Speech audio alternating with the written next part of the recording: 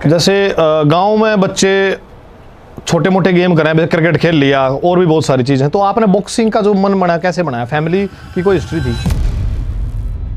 वो 3 बालक थे, मैं यार रहने दूँ आऊँ खेलने लाग रहा हूँ ना, तो गुस्से मारे, वो गुस्से तो मारे को नहीं, डोलू मारा एक का सिर में मारते हैं, वो सिर खुल गया भाई। खुलते हैं मेरी बुआ ने शाम ने फ़ोन करा, बोली अपने चोरन ले जा, ये तो बुलाने लेने लग जा।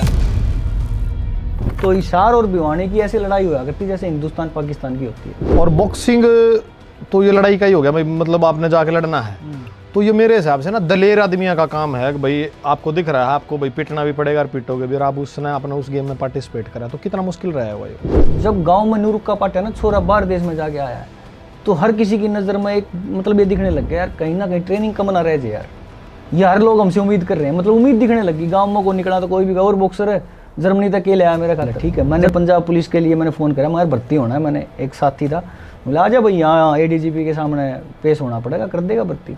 तो मैं बोला जी भर्ती तो जब मानूँ जब रोडवेज फ्री हो, क्यों सारा रोना तो उसमें स्टाफ कहने का था।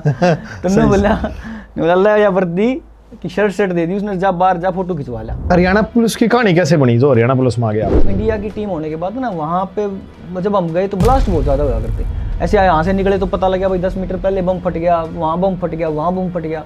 तो इस चीज़ में ना इंडिया टीम को स्पेशल हिदायत दे दी थी भाई, इंडिया का ट्रैक सूट पहन के आप बाहर नहीं जाओगे। और वहाँ जब गाड़ी हमारी चली तो गाड़ी उसने 80-90 की स्पीड पे वो चला रहा है बस को पूरी खींच के, और रास्ते में जाते जाते उसका टायर फट गया। टायर फटे तो सारी बस में धुआं हो गया, हमारे ने लगा गया भाई ये हमारा रॉकेट लॉन्चर रिया टीम आड़े ब्लास्ट हो गया, काम खत्म हो गया, धुआं भर गया सारी बस में। तो गनमैन चारों तरफ से सिक्योरिटी आ गई, तो हम उस टाइम पे लाहौर के नज़दीक से पहुंच रहे थे। भाई जब स्पोर्ट्स से हटकर जब ड्यूटी ज्वाइन करी तो चीज़ें कितनी अलग देखी, क्योंकि देखो आम आदमी पुलिस के पास चला जाएगा ना, अलग रुतबा हुआ है। 4-5 ऐसी छोटी छोटी दवाइयाँ आती हैं जो बैन नहीं है, उनको मिक्स करते चिट्टा बन गया, समझ गए मेरी बात? कितनी नेक्स्ट लेवल, मतलब आप पकड़ लो ये तो जी आंख में घालन की है जी, या दांत का दर्द की है, या फलानी, उन्हें मिक्स कर चिट्टा बन गया। हरियाणा में कितने गांव हैं जो नशे की चपेट में आ गए, जो बालक काफी बालक हैं, जो दारू वाला की टोली लागे हमारे आड़े, तो ऐसे जो सिरसा का नाम बताओ जो पंजाब के टच में है, तो कितने गांव है जी में 50-100 आदमी जो नशा कर रहे हैं? हमने ये चीज़ देखी है, ये प्रोटीन कोई ओलंपिक मेडल नहीं दुआ सकता। अगर आप में कलजा है, आप में दिल है ना, तो ओलंपिक मेडल आएगा। इन दवाई पानी खाने तक कोई ओलंपिक मेडल नहीं है, हमने आज तक नहीं खाई।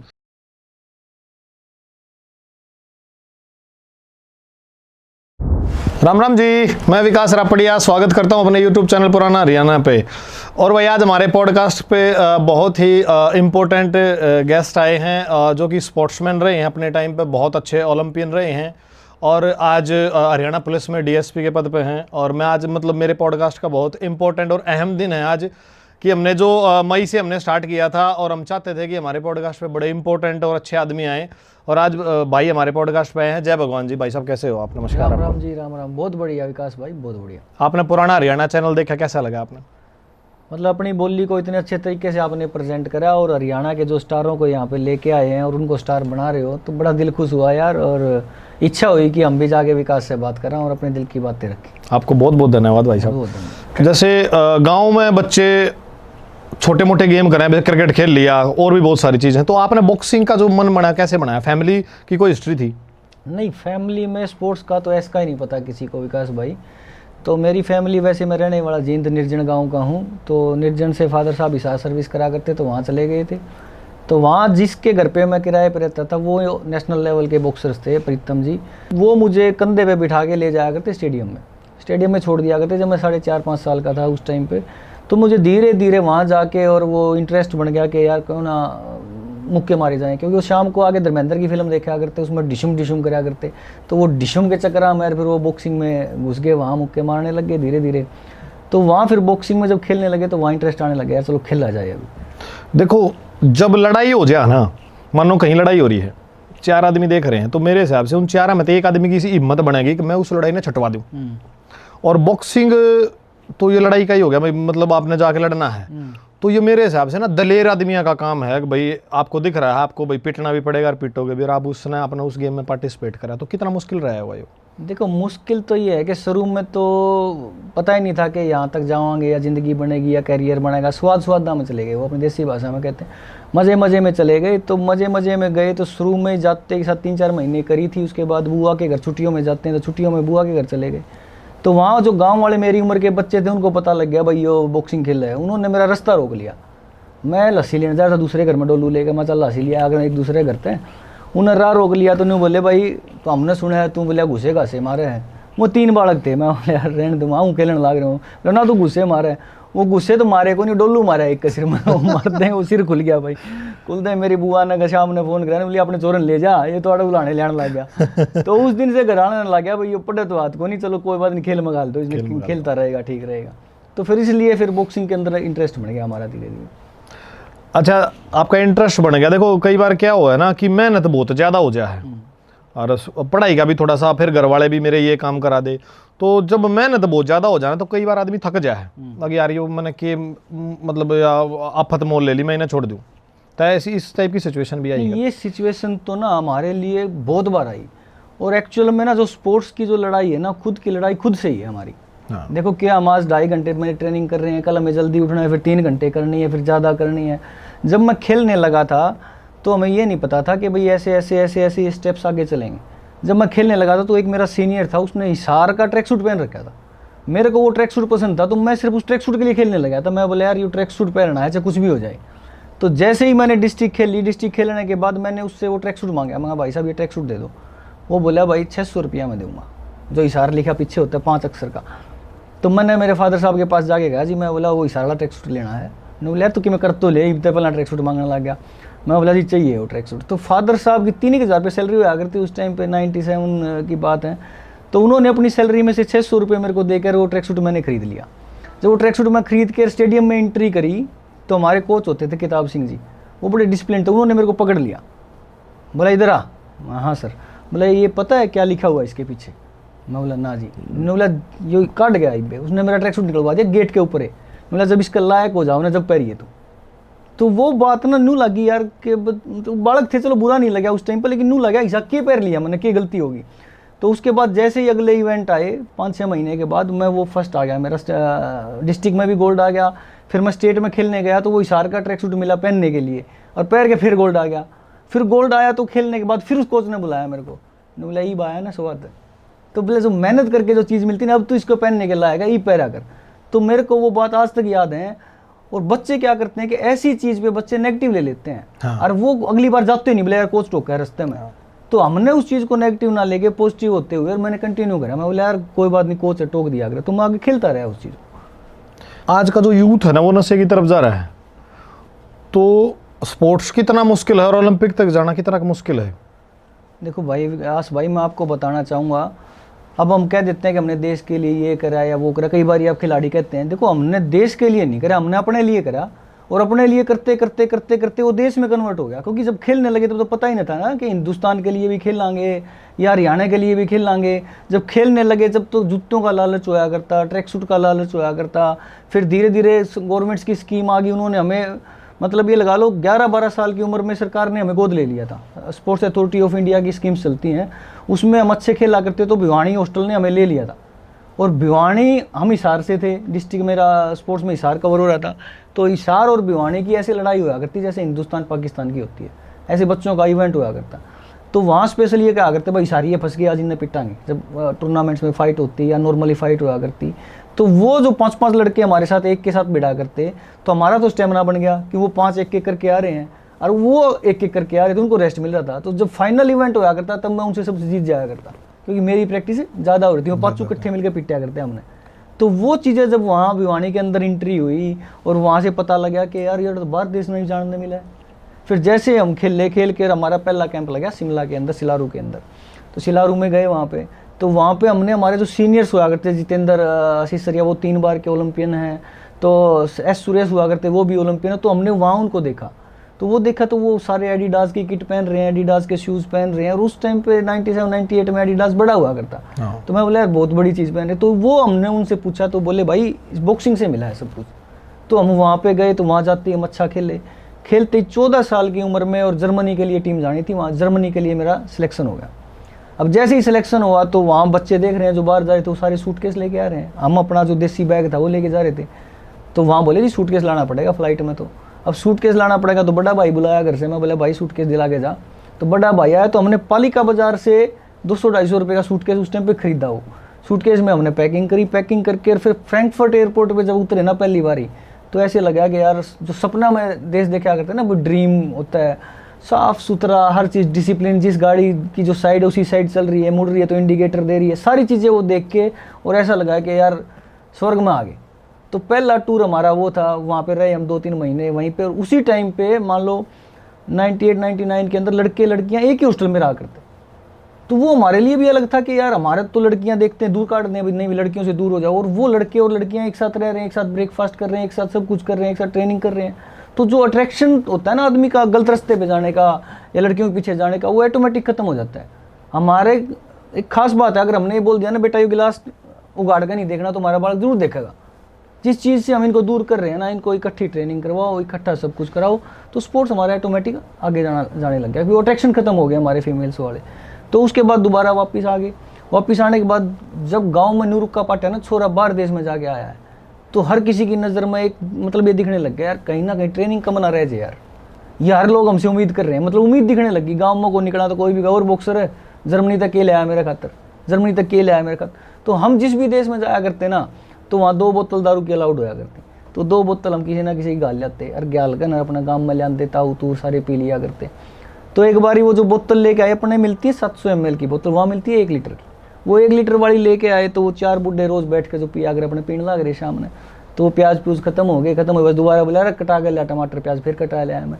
वो जब उठे तो कांध पकड़ रहे, तो कांध क्यों पकड़ रहे, अपना तो 700 ml की थी, उनकी लड़ाई तो बोतल के साथ है ना, बोतल खत्म करनी है भाई। सही बात। तो वो 1 लीटर वाली बोतल के लिए लड़ाई थी उनके लिए। सही बात। तो वो बोतल जब खत्म हुई तो चारों कांध पकड़ रहे, हर बार उनका फोन आया करता, बोले भाई बोतल ला दिए। तो हमारे बूढ़ों ने लगा लो बड़ा मजा लिया है, हमने भी उनके लिए सही बात, मान सम्मान रखा कि भाई चलो क्या दी दिलानी है, लानी है भाई।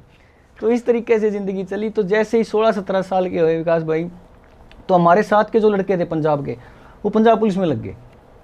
तो पंजाब पुलिस में लग गए तो मैं रविंदर बैठे, मैं बोला हाँ भाई, मैं बोला यार कर ले ट्राई, मैं बोला ठीक है। मैंने पंजाब पुलिस के लिए मैंने फ़ोन करा, मगर भर्ती होना है, मैंने एक साथी था, बोला आजा भाई यहाँ ADGP के सामने पेश होना पड़ेगा, कर देगा भर्ती। मैं बोला कुक कराऊँ, बोला अपने कागज़ लिया यार तू सीधा जलंधर पहुँच जा। तो मैंने बस पूछी हिसार से, तो 5:30 बजे मैं सुबह बस में बैठा, मैं शाम को 5:30 बजे पहुँचा भाई, मतलब जलंधर PAP चौक पे। तो जो लुधियाना वाले ब्रिज थे ना वो बनने लग रहे थे, उस वजह से ट्रैफिक इतना लंबा हो गया कि मेरा 12 घंटे लगे मेरे को पहुँचने में। मैं छोटा सा लड़का, ना मेरे डाडी ना मूछ, तो मैं वहाँ पहुँच के एक सरदार जी खड़े जो हमारे संतरी खड़े होते हैं, मैं बोला जी मैंने साहब से मिलना है, बोला भर्ती होना है, मैं बोला हाँ।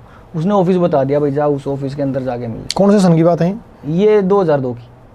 तो 2002 में हम वहाँ चले गए। तो 2002 में जाने के बाद वहाँ पे एक बड़ी सी चेयर पे डायरेक्टर DGP साहब के PA बैठे। तो हमने सोचा भाई सबसे बड़ा अफसर ही हो, किसी से मिले नहीं थे। हाँ। हमने तो वो खिलाड़ी जो शिष्टाचार से पैरों के हाथ लगाते हैं, हमने पैरों के हाथ लगा दिया। बोले भर्ती होना है, हम कहाँ जी, कहना बैठ जा, पंजाबी से मैं बैठ गया। उसने मेरे डॉक्यूमेंट्स देखे, देखने के बाद बोला 5 DSP की कमेटी आऊगी, वो तेरे डॉक्यूमेंट्स वेरीफाई करूँगी। मैं बोला ठीक है सर। मैं बैठा रहा, थोड़ी देर के बाद 5 DSP आ गए, उन्होंने मेरे डॉक्यूमेंट्स देखे। तो उस टाइम तक मेरे 3-4 टूर हो चुके थे। तो देखते रहे, बोले यार अच्छा इतने भी खेला है, उस देश से भी गया। मैं हाँ जी खेलना कोई चलो। कहना ठीक है बैठ जा तू। मैं बैठ गया। मेरे को 7:30 बजे के आसपास ऑफिसर थे DGP गिल साहब, उनके सामने पेश करा। जैसे ही मैं अंदर गया तो उन्होंने बढ़िया सी पगड़ी पहन रखी, यहाँ पे सफ़ेद दाढ़ी, और मतलब सोना सुनक्खा सरदार, हाँ जैसे फिल्मों में दिखाते हैं, फिल्मों में देखते हैं वो बड़े ऑफिसर्स और सिविल ड्रेस में बैठे। तो मेरे को देख के सर्टिफिकेट्स बोलते रहे, अच्छा भाई यहाँ खेल रहा है, ठीक है। बोला कितने साल का होया तू? तो अब उस टाइम तक मुझे पंजाबी इतनी आती नहीं थी। मैं PA के फेस की तरफ देखूँ, PA बोला जी वो 17 साल का होया। तो 17 साल का हुआ तो वहीं ये हो गया भाई, 17 का तो भर्ती नहीं हो सकता। तो बोला भाई ऐ कर तू, ये बढ़िया खिलाड़ी है यार, इनू ना 1 साल का डिस्काउंट देके भर्ती कर दो, और तेरी माँ को कह दे रसगुल्ले बंट दूंगी। तो मैं बोला यार इतनी आसानी से थोड़ी नौकरी मिला कर है भाई, अब गए यार न्यू कहते नौकरी मिलेगी। नौकरी तो हमने देखी, हमारे बड़े भाई बस में जाया करते, फिजिकल दिया करते, को पड़ गया, को चोट लग गई, और फिर वो आया करता। तो उस PA ने वापस आके मेरे को बोला भाई सुबह 9 बजे यहीं आ जाइयो इसी ऑफिस में। मैं बोला ठीक है जी। तो वहाँ 1-2 जींद के लड़के पहले भर्ती थे, हमारे बीम थे, और वो थे इंस्पेक्टर बने हुए हैं, सीनियर थे। तो मैं उनके पास क्वार्टर पे रुक गया। तो क्वार्टर पे रुक गया तो वहाँ सुबह 9 बजे ऑफिस में गया। तो ऑफिस में जाके उसने मेरी छाती छुत्ती नपवाई, ये सारी चीज़ करी। तो कम थी, 57 kg वेट में खेला करता। वो लाल पेन के साथ लिखते रहे विकास भाई। तो लाल पेन, मैं बोला भाई बात बने को नहीं, लाल पेन तो एंट्री हो रही है, बात सी बने पहला वो कहा ना कागज लाल पेन भेज दिया, को नहीं बात बने भाई। उन्हें सारी चीज़ देखी, देख के लाल पेन से एंट्री करके बोले भाई वेरिफिकेशन करा ले होगा पुलिस की। मैं बोला जियो के आ गया, क्योंकि 11वीं क्लास में थे, नॉलेज ना थी, पता नहीं। ने बोले ये कागज देवांगे तेरे थाने में दे दिए तुम। मैं बोला ठीक है जी। मन ने जाकर थाने में दे दिया जी जींद। उसने 2 दिन में वेरिफिकेशन करके मेरे को वापस दे दी। मैं वापस लेके आकर वहाँ जलंधर पहुँच गया। तो जलंधर पहुँच के ना उसने मेरे साथ सारे हाथ पैर जो टिकवाते हैं सारे करवा के ना, और बोला भाई तू पुलिस में भर्ती हो गया, रात से तेरी तनख्वाह शुरू होगी। मैं बोला जी न्यू कुकर भर्ती हो गया। ने बोला भर्ती है तू 400 रुपये रोज़ के मिलेंगे तने। मैं बोला ठीक। उस टाइम 5700 रुपये के आसपास सैलरी हुआ करती। मैं बोला हमारी कम थी, हरियाणा में 3100 हुआ करती, वहाँ 5700। पंजाब की सैलरी हमसे शुरू से ज़्यादा रही है। तो विकास भाई वहाँ पहुँचे तो मैं बोला जी भर्ती तो जब मानूँ जब रोडवेज फ्री हो। क्यों सारा रोना तो उसमें स्टाफ कहने का था। तो मैं बोला अल्लाह या वर्दी की शर्ट दे दी उसने, जा बाहर जा फोटो खिंचवा लिया। तो हमारे क्या होता है जो क्लीन से होते हैं हम कैप पहनते हैं, पंजाब में कुल्ला पहनते हैं जो अंग्रेजों के टाइम पे लंबा सा पहना करते, वो कुल्ला पहन कर मैंने ऊपर की फ़ोटो करवा ली। तो फोटो कराई तो उसने आई कार्ड बना दिया। आई कार्ड बना कर मैंने तो वही काम था भाई जो शौक था जिसके लिए भर्ती हुए थे, बस स्टाफ कहना बस मैं बैठ के रोडवेज की बस में बैठा और बसते बोले हाँ भाई मुंडा। मैं बोला स्टाफ। कहता दिखा। मैं उन्हें आई कार्ड दिखाया, उन्हें आई कार्ड खोज लिया मेरा। मैं बोला किसका नकली ले रहा है छोटा सा बालक मुँह से डाडी, बोला किसका नकली ले रहा है। मैं बोला मैं भर्ती होया हूँ। ना क्यों कर भर्ती है, झूठ बोल रहा है तू, नकली फोटो कॉपी ले रहा है ये। मैंने फिर मेरे कमांडेंट हुआ करते ओलंपियन सोडी साहब, उनसे बात कराई। मैं बोला मेरी बात कर भाई। तो सोडी साहब ने कहा यार साडा मुंडा हुणे भर्ती कितना है, नया है, बड़ा हूँ बड़े मेडल देगा ये। उसको फिर विश्वास हो गया। पंजाब में क्या होता है कि पंजाब में एक टिकट इशू करती है पंजाब पुलिस, उसको भरना पड़ता है आप कहाँ से कहाँ तक जाएंगे, उसमें आई कार्ड का नंबर डालना पड़ता है, उसको वाउचर बोलते हैं। वाउचर आप लेके जाओ जहाँ से जहाँ आपको जाना है, ऐसे होता है। तो उसके बाद फिर वो वाउचर लिए फिर वो रोडवेज फ्री होगी। तो रोडवेज फ्री हुई तो तब इंडिया में खेलने जाते तो ट्रेनों में जाना पड़ा करता। मैं बोला यार रोडवेज तो फ्री होगी यार, रेल कद फ्री होगी। तो इस इच्छा में फिर हम कंटिन्यू खेलते रहे वहाँ।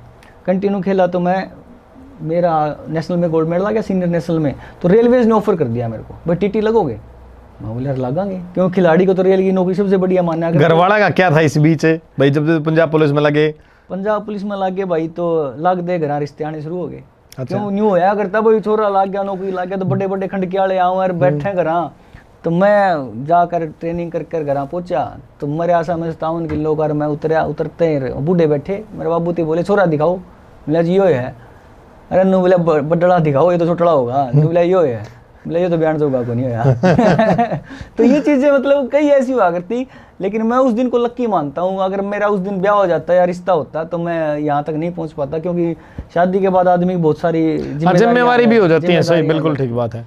तो जैसे ही आया नेशनल में गोल्ड तो रेलवेज का ऑफर आ गया भाई लगोगे। मैंने घर जाके कहा जी माँ रेल का ऑफर आ रहा है अरे लाओ। तो घर वाले पुलिस को बड़ा मानना करते हैं। ना यार पुलिस बढ़िया है। तो मैंने पाँव पकड़ कर मेरे बाबू के मना लिया, माँ जी रेल में जाना तो मैंने चल चले आ जा, तू नहीं मानता तो। अब मैं रिजाइन देने गया तो पंजाब पुलिस ने मेरे को रिजाइन नहीं दिया। उसके बीच में हमारे पाकिस्तान गेम हो गए। कितना टाइम हो गया था इस बीच? मैंने 2 ही साल रहा मैं पंजाब पुलिस में, ज़्यादा लंबा नहीं रहा। अच्छा। मैं 2000 से 2002 तक। कोई मेडल भी दिया आपने उस टाइम? हाँ 2002 से 2004 तक।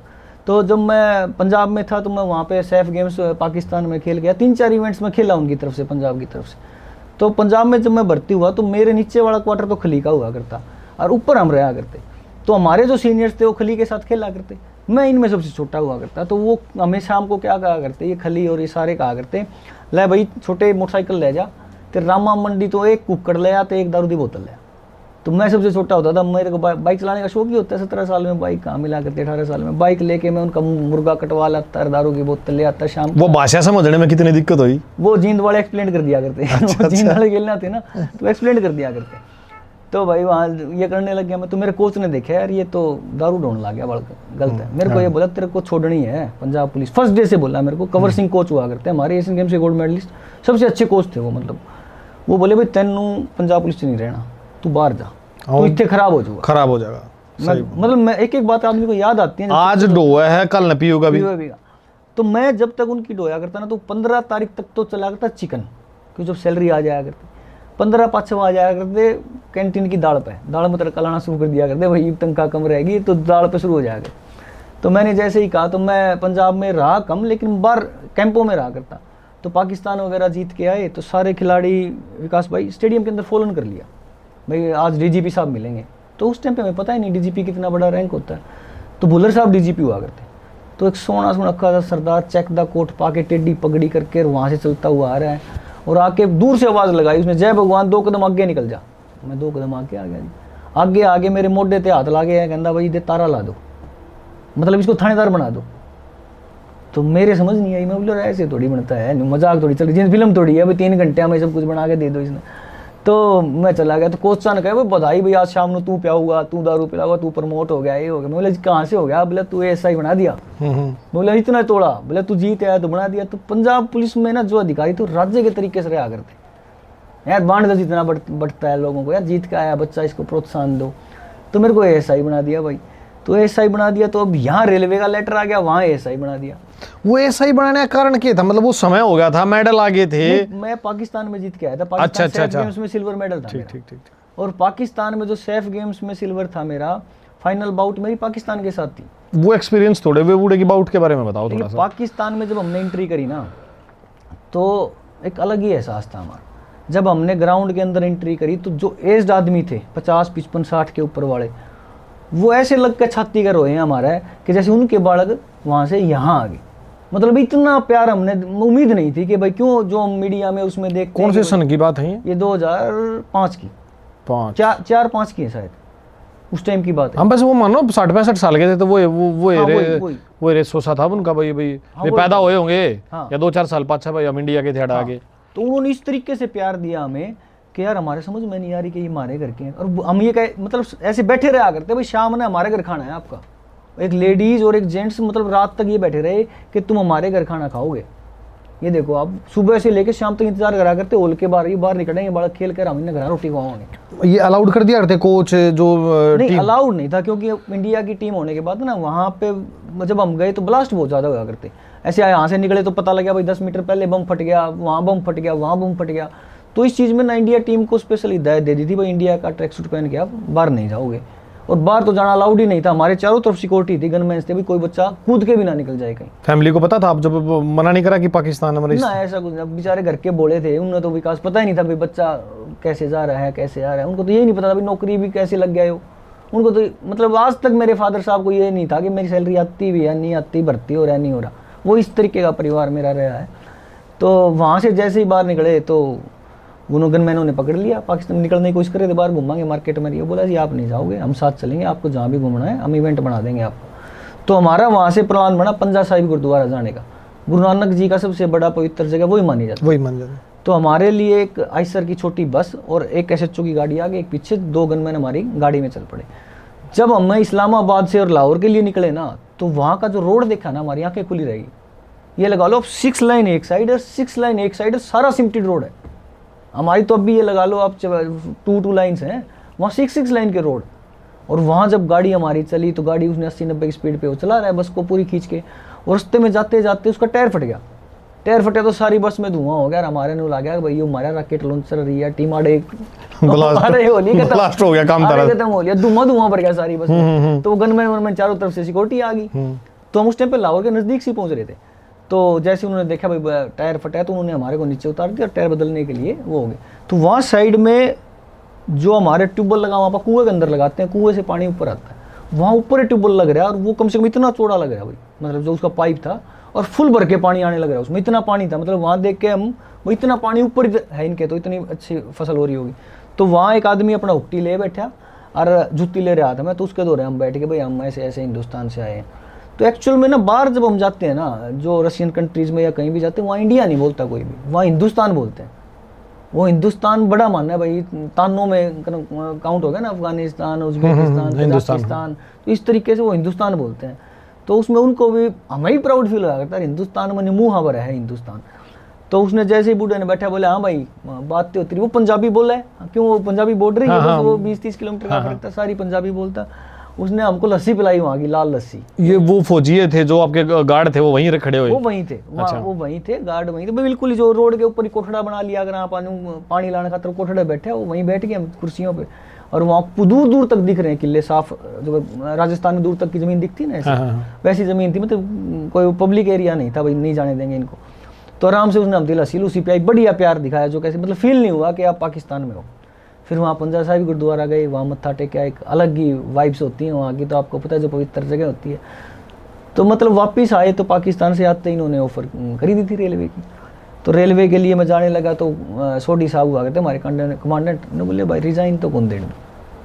साफ मना कर दिया भाई मैं तेनू डीएसपी बनाऊंगा, तेनू रिजाइन नहीं देने देना। मैं यहाँ पे हमारे डीजीपी दलाल साहब हुआ करते, तो हमारे बॉक्सिंग के सेक्रेटरी भी वही थे।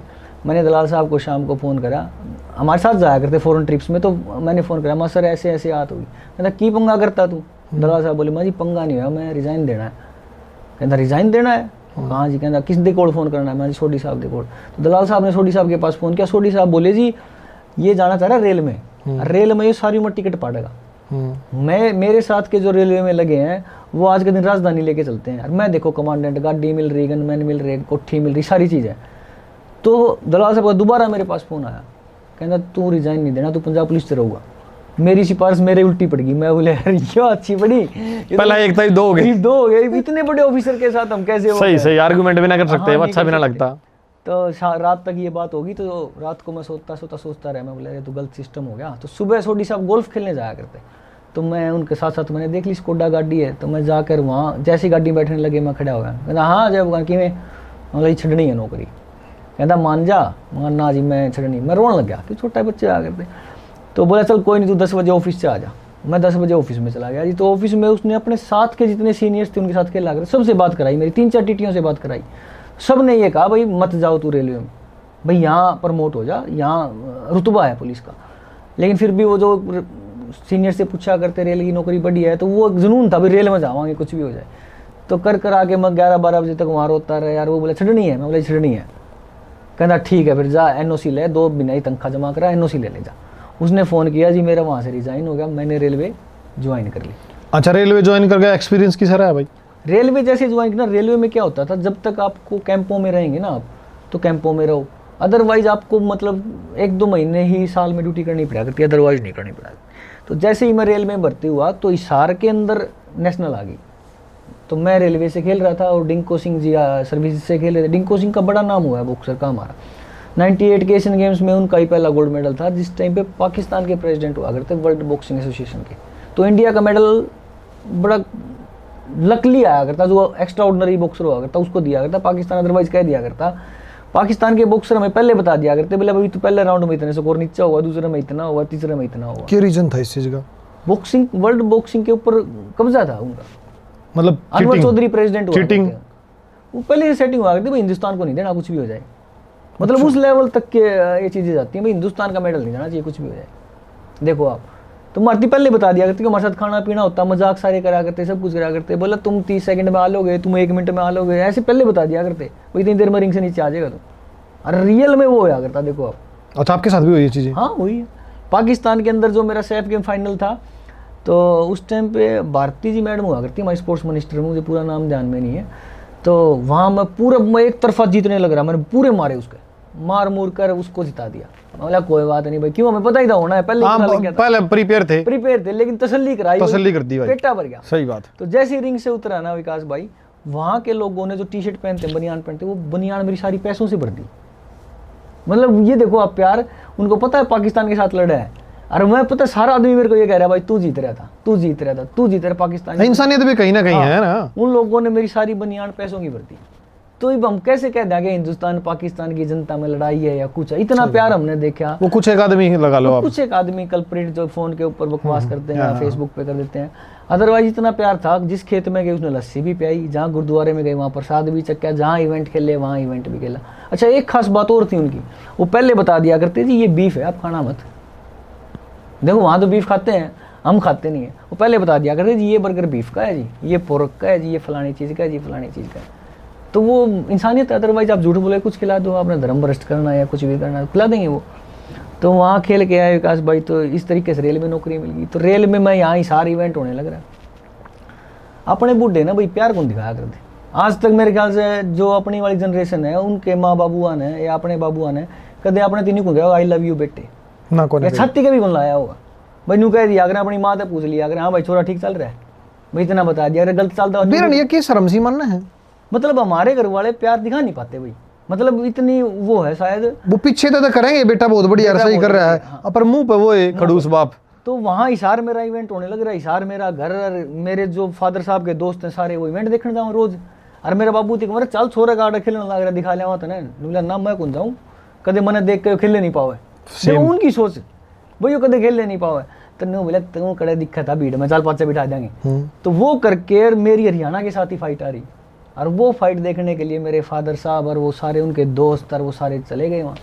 तो वो फाइट में जीत गया, सोनू चहल के साथ थी, मेरा अच्छा दोस्त था, तो वो मैं जीत गया। जीतने के बाद वही लोगों ने कंधे पे उठा लिया, और वही जो अपना कैश प्राइज वगैरह देते हैं हाथों में, वो दे के ने। तो मैं खेल खाल कर घर गया, तो मेरा बाबू पपीता काटने लग रहा, पपीता काट कर मेरा आगे धर दिया। तो मैंने मेरी माँ का देखा, मैं बोला आज यो लाड कुकर भाई आज तक मैं बोला आज तेरा खेल देख के आ रहा है। अच्छा। तो हमारे जो बुजुर्ग हुआ करते उनका प्यार दिखाने का तरीका और हुआ करता। सही बात। भाई अगर आपने 100 रुपये मांगे तो उसकी जगह 200 दे देंगे, मैं को नहीं कहूँ बड़े लाड ले आ जा बैठ जा। अब तो आई लव यू की तुड़ी छुड़ाई रखे, आई लव यू बेटे, आई लव यू बेटे, और जितने आई लव यू हुए हैं ना वो तुड़िए उड़ी है उनकी। हाँ सही बात, बिल्कुल हाँ सही बात। मतलब हमारे बुजुर्ग प्यार दिखाने का तरीका अलग था। सही बात। अच्छा भाई साहब एक बात बताओ कि जैसे हमारे फादर साहब हैं, तो वो मतलब आगे तो प्यार दिखाते को ना पीछे दिखावा, कदे जीवन में आपके साथ ऐसा भी होया है खोए बहादुर का आपने कोई बेटे इतना मेरा नाम रोशन कर दिया जो जीवन में चाहूँ था वो मिल गया? नहीं, इतना लाड तो अपने बूढ़े कौन करा कर दे यार, लेकिन उनकी आंखों में चमक से पता लग जाता है कि लाड करे हैं। तो मैं जब डीएसपी बना, तो डीएसपी बनने के बाद मैंने मेरी सरकारी गाड़ी में मेरे माँ बाप को बैठा दिया, भाई आप इस गाड़ी में आ जाओ, और मैं दूसरी गाड़ी में चला था, एक इवेंट था। तो रास्ते में जैसे ही ट्रैफिक आया तो वो ऊटर बजा, ऊटर बजते मेरी माँ ने न्यू कहा देखा मेरा जम्या हुआ है। तो ये जो फीलिंग्स आती, तो मेरे ड्राइवर ने मेरे को यह बात बताई, बोला जी पीछे न्यू को थी माँ। मैं बोला यार माँ ने तो प्राउड फील होया करे। और अपना हरियाणा में एक खास सी बात होया करे भाई, जब गलती करते तो माँ के हो जाया कर आप, और जब अच्छा करे तो बाबू के हो जाया कर, फिर अगर मेरा है। तो ये नॉर्मल सी चीजें यार, हमारा इसी में बड़े बुजुर्ग हमारा प्यार दिखाते हैं, और औलाद एक एक होगी भाई, तो इसलिए इतना वो नहीं कर पा रहे, तो चीजें चल रही हैं इसी से। हरियाणा पुलिस की कहानी कैसे बनी जो हरियाणा पुलिस में आ गए आप? हरियाणा पुलिस की कहानी बनी जी, मेरे 2008 के ओलंपिक्स थे, तो ओलंपिक्स क्वालिफाई का लास्ट चांस था, तो उस टाइम पे मेरा हाथ टूट गया वो, तो लास्ट चांस मतलब जिसमें विजेंदर का मेडल आया था उसमें। मैं 2004 वाले भी मैं मतलब ये लगा लो, मैंने अभी तक 2012 तक मैंने कोई भी गवर्नमेंट एफिलिएटेड इवेंट छोड़ा ही नहीं था। मतलब मैं हर इवेंट में जाया करता, कॉमनवेल्थ एशियन गेम्स जितने भी हुए, मेलबोर्न से लेके और दोहा से लेके हर कॉमनवेल्थ और एशियन गेम्स मैंने सारे खेले 2012 तक। लेकिन क्या होता था कि जैसे स्पोर्ट्स के अंदर ना, अब भी हम देख रहे हैं कि हमारे को ट्रेनिंग कराने पे तो पूरा जोर है, रिकवरी पे जोर नहीं है। और रिकवरी क्या कहती है कि रिकवरी से ही आप अगली फाइट खेल पाओगे। अब आप देख लो, हम ये भी कर रहे हैं, ये भी कर, हमने इतने अच्छे अच्छे स्टेडियम बना दिए, लेकिन वो बच्चा शाम को ट्रेनिंग कर पाया नहीं कर पा रहा, इसके बारे में तो कोई सोच ही नहीं रहा। अब वो जो मेडल कमाने का कारण है रिकवरी। और एक्चुअल में क्या दिक्कत आ रही है, जैसे प्राइवेट कंपनीज ने एंट्री करी है, तो ये हमें फिजियो दे रहे हैं, लेकिन वो फिजियो ऐसे फिजियो आ रहे हैं जो बिल्कुल ही फ्रेशर हैं, वो हमसे सीख रहे हैं। जो चोट हमारी 5 दिन में ठीक होनी चाहिए थी, वो 15 दिन में ठीक कर रहे हैं। वो 15 दिन में ठीक करे, 5 साल इंडिया टीम के साथ काम करते हैं, वो प्रोफाइल अच्छी बन जाती है। मैंने इंडिया टीम के साथ 5 साल काम किया, वो बाहर जाके इंटरव्यू देते हैं, जहाँ 25,000 ले रहे थे वहाँ 1.5 लाख का वो प्रपोजल देते हैं। 1.5 लाख के हो गए, हमने तो 5 साल इंडिया की टीम के साथ काम किया। लेकिन जो बच्चों को हमने बेनिफिट देना था वो तो नहीं हुआ ना। रिकवरी का हमने देखा क्यूबा के अंदर, तो क्यूबा में हमारे काफ़ी कैंप्स लगते थे। क्यूबा साउथ अमेरिकन कंट्री है, बॉक्सिंग में और रेसलिंग में काफ़ी अच्छा करती है। तो वहाँ पे जैसे ही ट्रेनिंग खत्म होती थी ना, वहाँ लड़ाई है विकास भाई खाने की।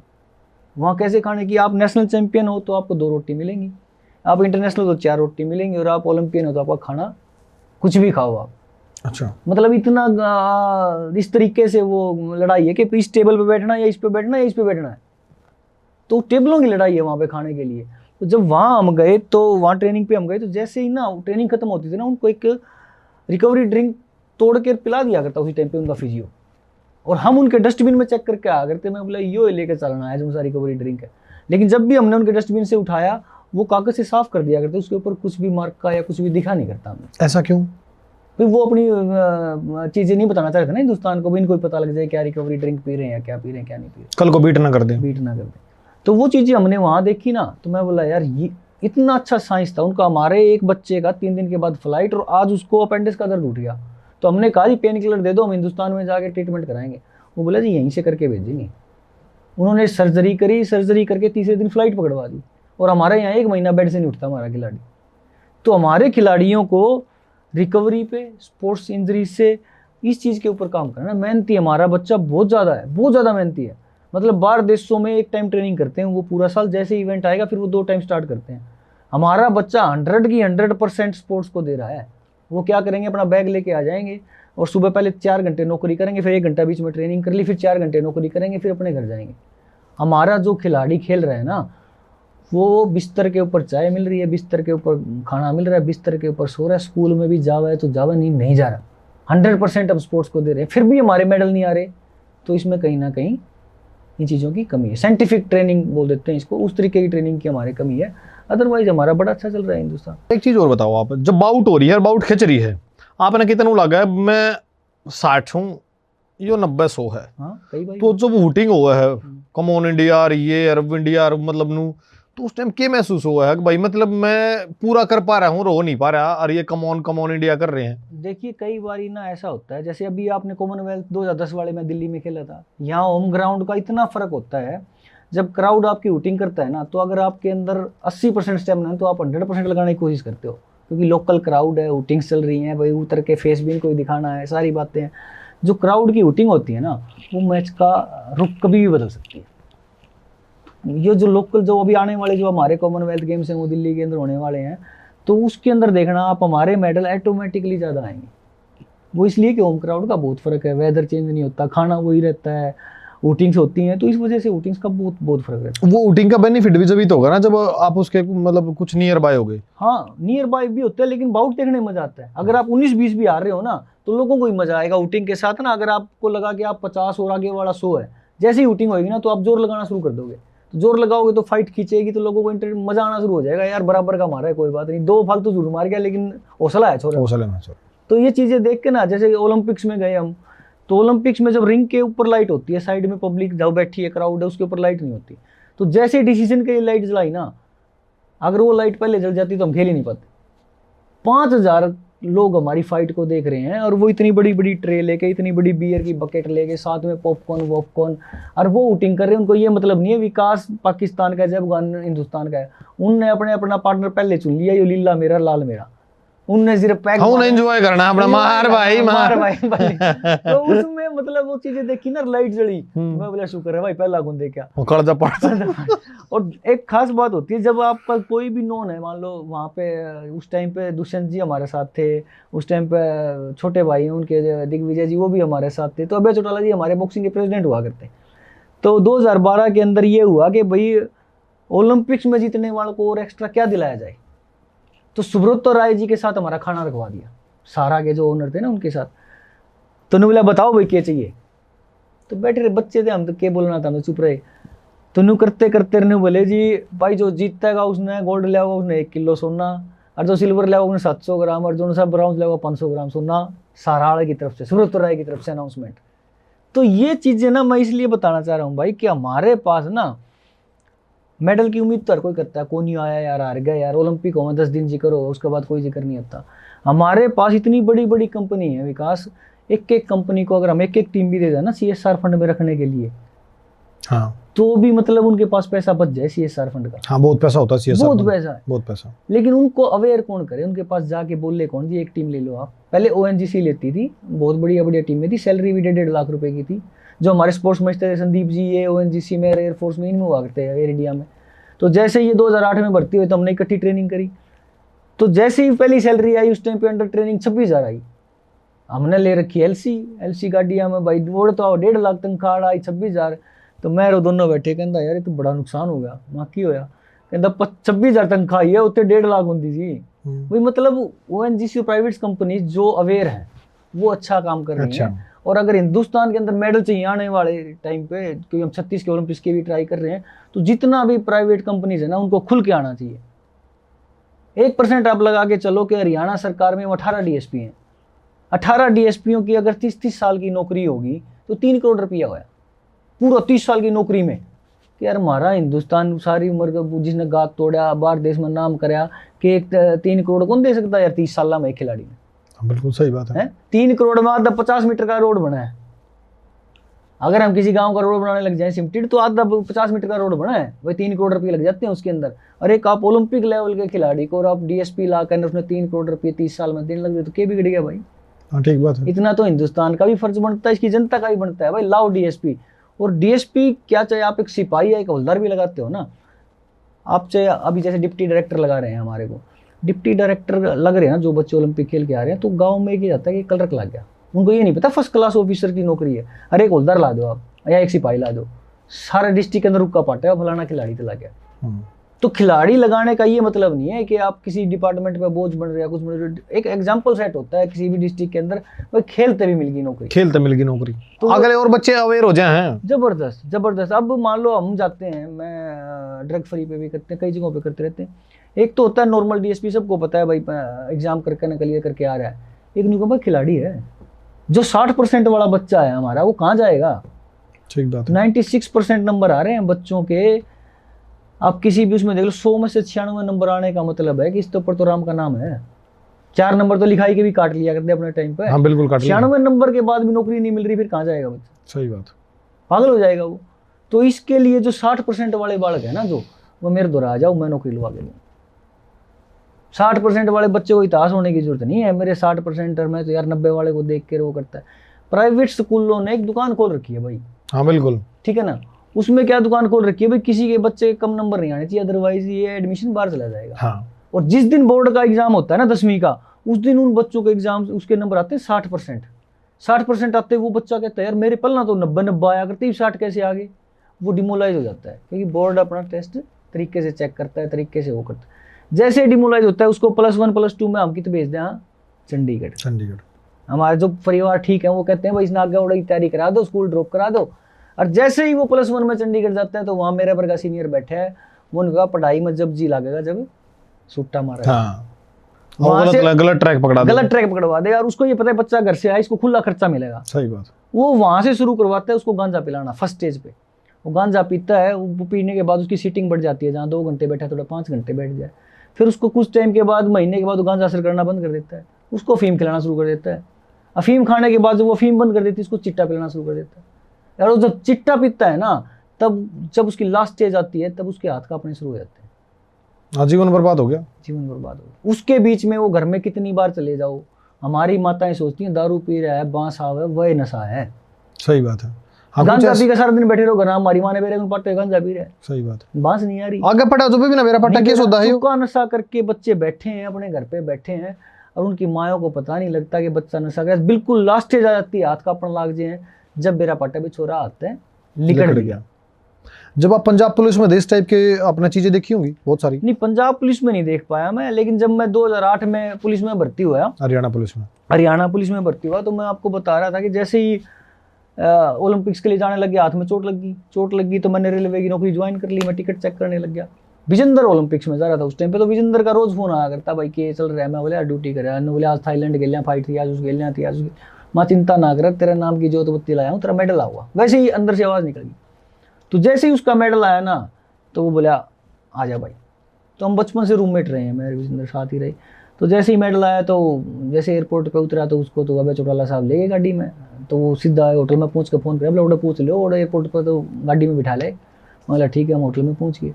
तो पहुंचने के बाद जिस रूम में हम रुक रहे थे ना, वो रूम हमारा 5 लाख रुपए नाइट का था, रेंट था उसका किराया। किसने करवा रखा था? फेडरेशन ने।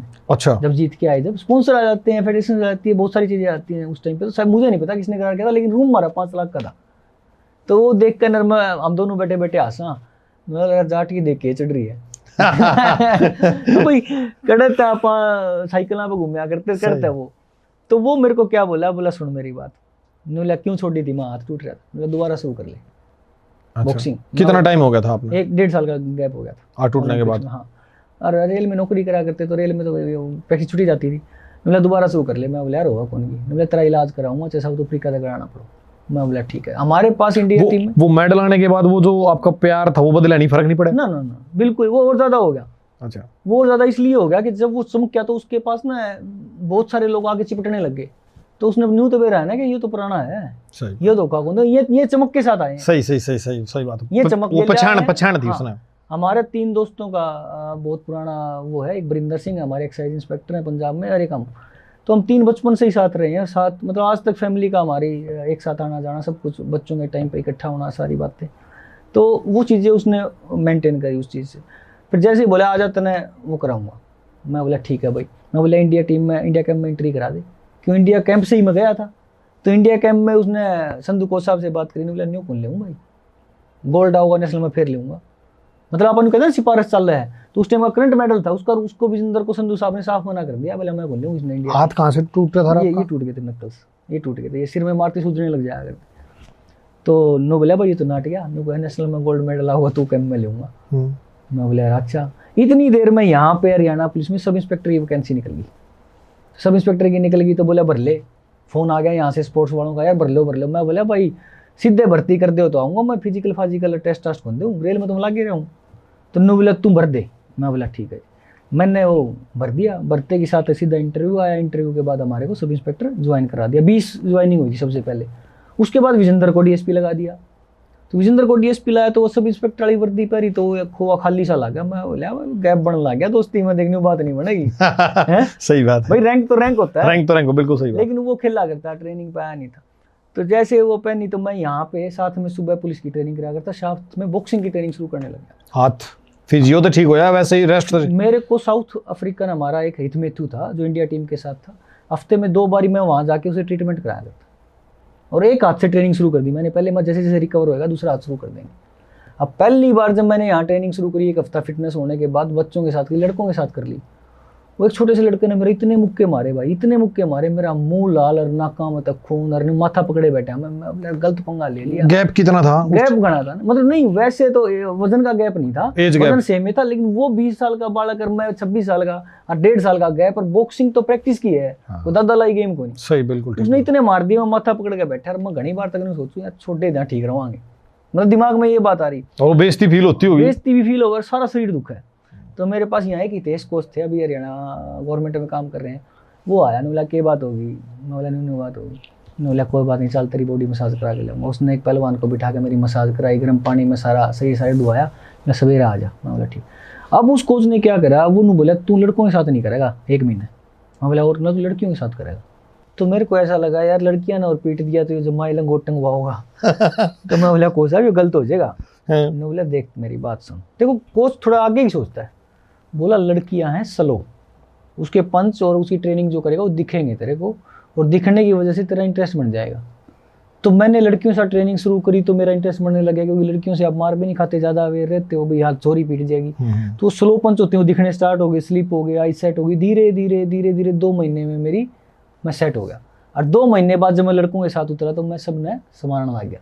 वो जो 20 साल वाला छोरा था, 20 साल सब ने संभाले, वो सारे संभाले फिर मैंने। अच्छा। तो वह जैसे ही संभाले फिर यहाँ पे इंटरनेशनल टूर्नामेंट हुआ चंडीगढ़ के अंदर, वहाँ उज्बेकिस्तान कजाकिस्तान सारी कंट्री आ रखी।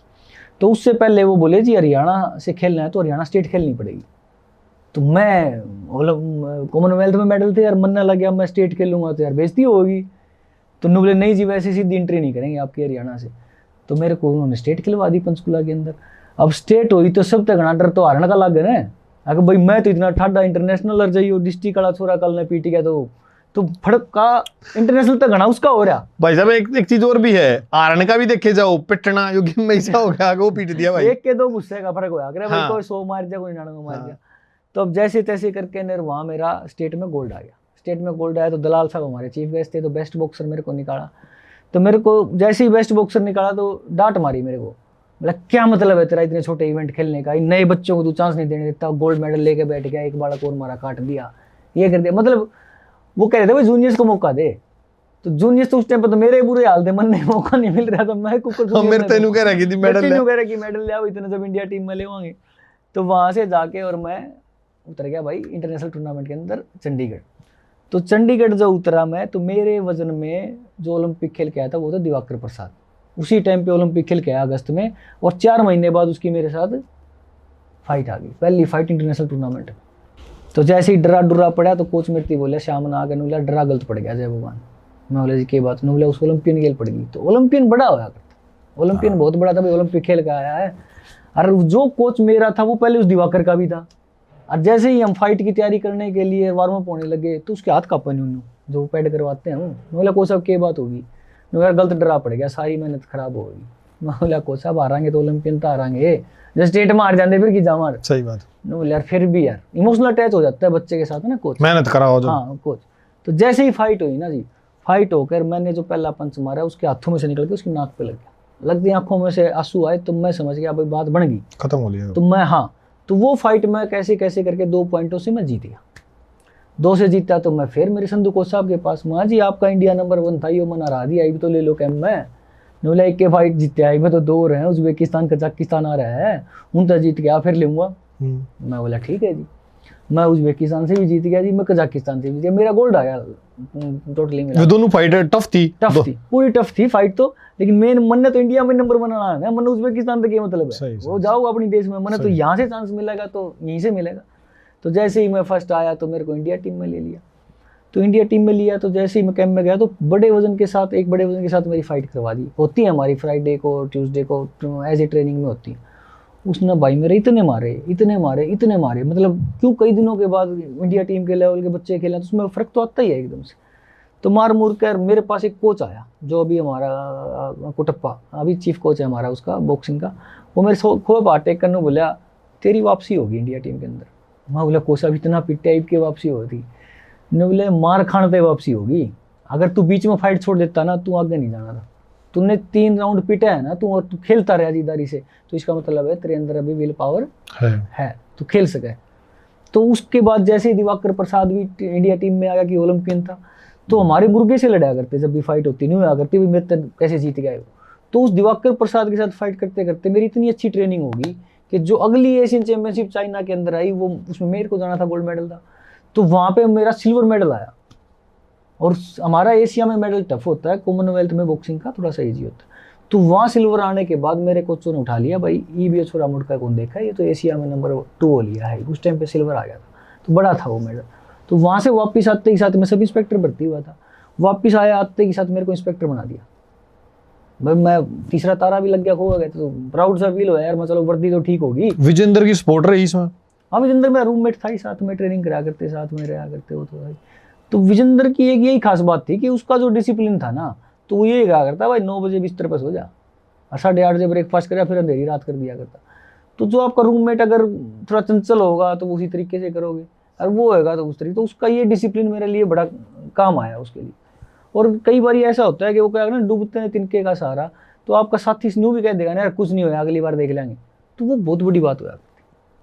तो एक बारी जैसे हम 2007 में शिकागो गए हुए थे, शिकागो वर्ल्ड चैंपियनशिप के अंदर ओलंपिक्स क्वालिफाई की चल रही थी उस टाइम पे भी, तो जो फाइट हम वहाँ 3 फाइट हम जीत गए, तो चौथी फाइट में ओलंपिक क्वालिफाई था, तो चौथी फाइट मैं 1 पॉइंट से हार गया। और हारने का कारण क्या था कि जो मेरा डॉक्टर था उसको नॉलेज नहीं थी कि सुबह इसको रिकवरी करके खिलाऊं कैसे। जो पहले वाली फाइट थी ना वो इतनी हार्ड होगी कि सारे बॉडीज पे स्वेलिंग आ गई, हाथों पे गुस्से लगे और वो लगे, तो हाथ ऐसे हो गए रात को। उसने क्या करा, जो जिगुच्ची होता है वो भर के पानी का और 2 ब्रूफिन की गोली देकर बोला सो जा, वो बॉडी सिकी तो नहीं दागी, वो सब सुबह उठे तो सारे हाथ टेढ़े सीधे नहीं हो पा रहे। और वो 5 करोड़ की फाइटर एक मुक्का तो हार गया। उस टाइम में जिंदगी में पहली बार रोया था वो उस रूम के अंदर हारने से बैठ के। 5 करोड़ की फाइट मतलब वर्ल्ड चैंपियनशिप का इनाम था इतना। अच्छा। इनाम था, ओलंपिक्स थे, सारी चीजें थी। तो रात को तो सपना आवा ही कौन था, नींदे को नहीं आवती, भाई सवेरे संभार देंगे यार। कजाकिस्तान के साथ फाइट थी, पहले मैंने वो बीट कर रखा था लड़का, मतलब मार देंगे यार उसके, तो जो हार्ड था उससे पहले मैं जीत चुका था। तो जैसे ही वो बनी ना भाई एक स्कोर से हारा, वो आज तक जिंदगी में ये अफसोस रहता है कि हो सकता है कि वहाँ अच्छा डॉक्टर होता तो मैं सुबह फिट होता और मैं वहाँ जीत जाता। हिंदुस्तान के बहुत सारे बॉक्सर हैं जो इसका सामना कर रहे हैं। खिलाड़ी, बॉक्सर नहीं, सारे खिलाड़ी, मैक्सिमम खिलाड़ी। देखो 25 साल 20 साल खेलने के बाद अगर आप इंजरी की वजह से स्पोर्ट्स छोड़ रहे हो ना, तो कहीं ना कहीं हमारा मेडिकल फेल है। इंजरी की वजह से हमारा खिलाड़ी खेल नहीं छोड़ना चाहिए। भाई तेरा पेटा भर गया जा तू, अगर इंजरी की वजह से छोड़ रहा है तो कहीं ना कहीं आप इतने देशों में भाई कैंप भी लगे हैं, खेलने भी गए हो, सारे देशों के खिलाड़ी भी देखे हैं, तो आपने तो भाई पता है ना हिंदुस्तान का कितना टफ खिलाड़ी है, कितना हार्ड वर्क रहा है। देखिए अब की बार आपने देखो हमारे 220 के आसपास खिलाड़ी ड्रग्स में फंसे हैं। वो ड्रग्स में फंसने का कारण क्या है? Less knowledge. हर महीने अपग्रेड होती है हमारी लिस्ट कि ये सोल्ट इस ड्रग्स में, ये भी आ गया ड्रग्स में, ये भी ड्रग्स में आ गया, ये सोल्ट भी आ गया, ये सोल्ट भी आ गया। जो हमारे डॉक्टर या हमारे फिजियो साथ लगे हुए हैं उनको पता ही नहीं कौन सा ड्रग्स ऐड हो गया, कौन सा सोल्ट ऐड हो गया कि ये अब ये नाडा पकड़ लेगी, कौन सा सोल्ट सेल्ट ऐड हो गया। ये जो डॉक्टर हैं तो ये फेडरेशन की तरफ से तो रिकमेंड होते होंगे, आते हैं फेडरेशन, फिर नॉलेज नहीं है, लेकिन ये स्पोर्ट्स मेडिसिन पे पढ़ तो नहीं रहे। ओके पढ़ रहे हैं तो तुम्हें एक्सपीरियंस नहीं पढ़ रहे, अपडेट नहीं है। आपको अपडेट तो होना पड़ेगा ना। आज के दिन ये गाड़ी सीएनजी में चल रहा है, पेट्रोल में चल रहा है, ये तो पता होना चाहिए आपने। ये तनखा जीवन तनखा ले अपना बढ़िया। तनखा क्यों लेते हैं? साल के सारे टूर जाते हैं। अगर 10 बार टीम बार गई 10 साल जाता है, एक टूर के ऊपर एक फिजियो का खर्चा 10 लाख रुपए है कम से कम। 5 स्टार में रहना, 5 स्टार में बच्चों के साथ खाना, फ्लाइट और सब कुछ लगा लो। जो ये 200 बच्चे डोप में आए हैं, हाँ, तो फिर ये क्लेम नहीं कर सकते भाई हमारे को तो ये चीज़ पता ही नहीं, उन्होंने हमारे को सजेस्ट नहीं करा। सवारी अपने सामान ही खुद जिम्मेदार है, क्लेम नहीं कर सकते। अच्छा, इसका कारण ये भी है कि हम जैसे बहुत सारे आजकल न्यूट्रिशन स्टोर खुल रहे हैं। हाँ बिल्कुल है, ये अपनी दुकान चलाने के कारण ना ये कर देते हैं। अभी मेरे पास, मैं डीएसपी सिवानी था, वहाँ एक लड़की आई तो उसने बोला जी मैंने तो सिर्फ ये प्रोटीन लिया था, इसकी वजह से मैं डोप में फंस गई। और वो प्रोटीन भी बताया उसने, मैंने कहाँ से प्रोटीन लिया? मैंने उसको नोटिस दिया, जो ड्रग्स वाला था, वो जो सेलर था, ये जो भी सप्लीमेंट बेचते हैं, उसको बुलाया, मैं चंडीगढ़ का था, मैं बोला आजा भाई। वो एक लैब से नकली सर्टिफिकेट लेके बैठा, जी देखो मेरी लैब में तो ये सोल्ट है ही नहीं जो इसके अंदर आ रखा है। अब उस इन्वेस्टिगेशन में चलने के लिए हमें टाइम चाहिए, वहां अंदर तक जाना, लैब से पूछना भाई क्या चीज़ है, दोबारा उस सैंपल लेने, दोबारा चेक करवाना। तो कहीं ना कहीं हमें ऐसे लगा कि ये जो न्यूट्रिशियंस हैं, जो ये छोटी छोटी दुकान खोलकर बच्चों की ज़िंदगी के साथ खेल रहे हैं ना भाई, हमने ये चीज़ देखी है, ये प्रोटीन कोई ओलंपिक मेडल नहीं दिलवा सकता। अगर आप में कब्जा है, आप में दिल है ना, तो ओलंपिक मेडल आएगा। इन दवाई पानी खाने तक कोई ओलंपिक मेडल नहीं है, हमने आज तक नहीं खाई। मतलब जो स्पोर्ट्समैन को एक मैसेज आप ये देना चाहते हो भाई, इनके पास मत जाओ, जो अपना अपना घर से चीजें करो। सप्लीमेंट क्या करता है, सप्लीमेंट कोई भी आप सप्लीमेंट लेते हो ना, वो सिर्फ आपको मदद करता है रिकवरी के लिए। मान लो आपने अच्छा, जो हमारी साई भी दे रही है प्रोटीन, वो साई से लो आप। स्पोर्ट्स अथॉरिटी ऑफ इंडिया वो सर्टिफाइड देती है, उसको पता है इसके अंदर क्या चीज़ें हैं। जो गवर्नमेंट के थ्रू जो चीज़ें आ रही हैं आपने ले ली, तो वो सिर्फ इतना करती हैं कि आपके अंदर अगर आधे घंटे का स्टेमिना है तो वो आप 40 मिनट ट्रेनिंग कर सकते हो। वो मेडल ना दुआओ है, वो ट्रेनिंग कराओगी। और हमारे बच्चे क्या कर रहे हैं, सप्लीमेंट लिया, इंजेक्शन लाए, लाकर सो जाओ हैं। नो खा लिया मैंने। जब ग्राउंड पे उतरते हो तो खाया प्रोटीन और इंजेक्शन आपको ओलंपिक मेडल नहीं दिलाएगा, जो ग्राउंड पे मेहनत करिए वो दिलाएगा। मैं आपकी बात एग्री करूँ ना, तो मोनू टाइगर का कुकर में वर्ल्ड चैंपियनशिप में मेडल आता, वो दो रहता, दूध भी ना था, सूखी रोटी खाई। हमारे पास नहीं था भाई, मैं कह रहा हूँ, मेरे पास 7 स्टार और 5 स्टार होटलों में मैं भगवान की दया से सरकार ने हाथ पकड़ लिया था, भगवान ने हाथ पकड़ लिया था, उनमें सोया हूँ। लेकिन मेरे को वजन 60 किलो देना पड़ा करता। सुबह मैं मुद्दा सोया करता, सीधा सोया करता तो मेरे दर्द हुआ करता पेट में। मुद्दा इसलिए सोया करता कि सुबह वजन देना है भाई। एक हफ्ता में मैस में नहीं घुसा, मेरे मैस भूखे सोया करते। मैस वाले क्या आधी शक्ल तो दिखा जाओ जनाब। मतलब ऐसा हाल हुआ है कि विजेंद्र दाल की कटोरी लाया तो उसमें 1 चम्मच खा ली बस टेस्ट करने के लिए, यार नमकीन है। वहां तक की मेहनत हमने करी है। और कई बार ऐसा लगता है कि यार जितनी मेहनत हमने करी ना, अगर उतना ही न्यूट्रिशन वाला या कोई फिजियो वाला या कोई डॉक्टर हमारा इसके साथ होता ना भाई, इस तरीके से वेट कम करा जाएगा, इस तरीके से रिकवरी होंगी, इस तरीके से ये होंगी, तब हम और अच्छा खेल पाते। अब ओलंपिक में जो होया था विनेश फोगाट के साथ, उसमें क्या कहना चाहो उसके बारे में आप? देखिए उस वेट जो ज्यादा हुआ, देखिए विनेश फोगाट ने एक वेट ड्रॉप करा था, वो यहाँ पे बड़े वेट में खेला करती तो नीचे जाके खेलना पड़ा। उसमें वेट कम करना चैलेंज है, बहुत बड़ा चैलेंज है। ये लगा लो आप आत्मा रोती है। ऐसा हाल मेरे साथ मैं आपको बताना, जो मैंने यहाँ चंडीगढ़ में जीता, मैं सेम हाल हुआ था। क्योंकि जब आपने 6 kg वेट कम किया है ना, जैसे ही आपने थोड़ा भी खा लिया ना, 6 kg उसी टाइम बढ़ जाता है, क्योंकि आपने पानी निकाला है बॉडी से। सही बात, उसी टाइम गेन हो जाएगा। 60-70% तो पानी होता है बॉडी के अंदर, ऑटोमेटिक गेन हो जाएगा, ऑटोमेटिक। वहां देखो, मैं तो ये की बात कहना चाह रहा हूँ, पहले कहा भी है और ऐसे खिलाड़ी कह रहा हूँ, ऐसे नहीं। विनीश की पूरी जिम्मेदारी थी वेट को लेके आना, विनीश और विनीश के कोच की। उसने हमारे इमोशंस के साथ, हमारे देश के साथ खिलवाड़ करा है। आप 3 बार के ओलंपियन हो, 2 बार के ओलंपियन हो, तो आपकी भी उतनी जिम्मेदारी बनती है जितनी देश की बनती है। अगर आप वहां तक गए तो आपकी जिम्मेदारी थी 100 ग्राम लेके आना, कैसे लेके आओगे, कैसे नहीं लेके आओगे। सही बात, ठीक है ना। नहीं आ रहा तो भाई हमारा सिल्वर तक रखने का कोई ना कोई तरीका, कोई ना कोई रास्ता इस तरीके से निकालना था कि हम सिल्वर तक टिके रहें। मेडल नहीं आना बहुत बड़ी बात है भाई। वहां तक पहुंच गए, चाहे मेडिकल अनफिट हो, कुछ भी। देखो रास्ते तो उनने भी सोचे होंगे उस टाइम पे, लेकिन चली नहीं होगी। सिचुएशन ऐसी होती है, उसने जानबूझ के थोड़ी करा है। लेकिन उस टाइम पे क्या होता है कि जब वेट नहीं टूटता ना, हम पहले मेडिकल करवा लें। भाई मेडिकल करा गई, 1 घंटा वेट होने लग रहा है तो मैं पहले मेडिकल करा लूँ, फिर वेट तोड़ लूंगी। तो मेडिकल भी उसने करवा लिया कि वो अनफिट नहीं हो सकती, फिट लिख दिया डॉक्टर ने। फिर वो वेट तोड़ती रही तो उस टाइम पे वेट टूटा नहीं। वो मेडिकल अनफिट भी नहीं लिखवा सकती और वह वेट भी नहीं आ रहा। तो दोनों चीज़ें वो फंस गई बेचारी। तो इसमें ना कहीं रिस्पॉन्सिबिलिटी कोच की और विनीश फोगाट की 100% थी। हाँ सही बात है, जिम्मेदारी है भाई। आप ऐसे थोड़ी हो वहां जा, ऐसे ओलंपिक में जा रहे हो, ओलंपिक क्वालिफाई करना बहुत बड़ी डील है। मतलब आप ये लगा लो कि 210 के आसपास कंट्रीज हैं, उसके अंदर बेस्ट 24 बच्चे खेलते हैं। 24 बालक दुनिया में तो जब आप आओगे, जब जाकर ओलंपिक खेला जाओ है। हमारा आड़ा यूपीएससी क्रैक कर न्यू कह दे, कलर कर मैं फलाना बन गया।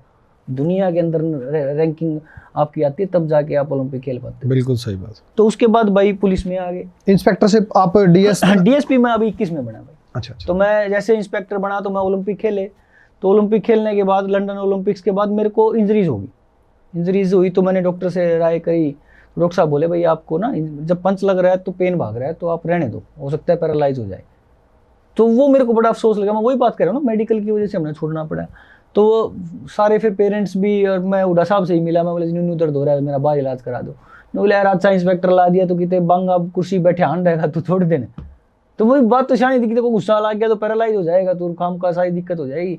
मैं बोला ठीक है सर कोई बात नहीं। फिर मैंने क्विट कर दिया वहाँ पर वो करने। कितना मुश्किल था वो क्विट करना? क्विट करना भाई मतलब ये लगा लो आप मुद्दे पड़ कर वो बात होया करती है आदमी, क्योंकि इतनी मेहनत कर आदमी वहां तक पहुंचा, हर एक छोटे के उस गलती के कारण, और कुछ भी लगा लो आप, मतलब ये लगा लो कि हाथों में सब कुछ निकलता दिख। जी तो करे मुट्ठी बीच लूं, रेत लिकड़ी जाओ और आदमी तड़पता रहे, बहुत मुश्किल हो जाए। और मतलब इतने चिड़चिड़े हो जाते हो आपके, आप हर किसी के साथ लड़ने लग जाओगे। कोई कुछ बोल लगा तो आपको लगा बकवास कर रहा है, मतलब वो चीज़ें फिर उसमें कन्वर्ट हो जाती हैं, लड़ाई झगड़े में, या उसमें कन्वर्ट हो जाएंगे आप। उस टाइम पे आपको संभालना आपके लिए चैलेंज होता है, तो भाई क्या बने क्या नहीं।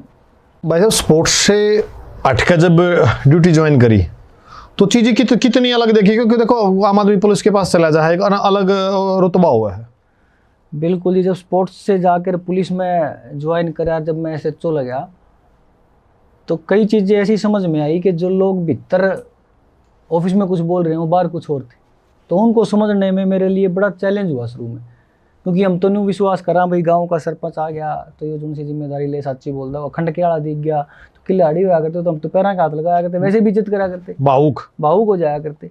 तो ऐसा कई बार ऐसे केस में हुआ कि लड़का ले आए हम, एक केस में था, तो पंचायत आ गई 5-7 जने आकर, ने बोले जी लोटा में नमक घेरा, हाँ ईश्वर मरोड़ को नहीं। मैं क्राइम इंचार्ज लग रहा था, तो मैंने अंदर जाके पूछताछ करी तो रोड बालक में। मैं बोला जी 15 मिनट दे दो मना।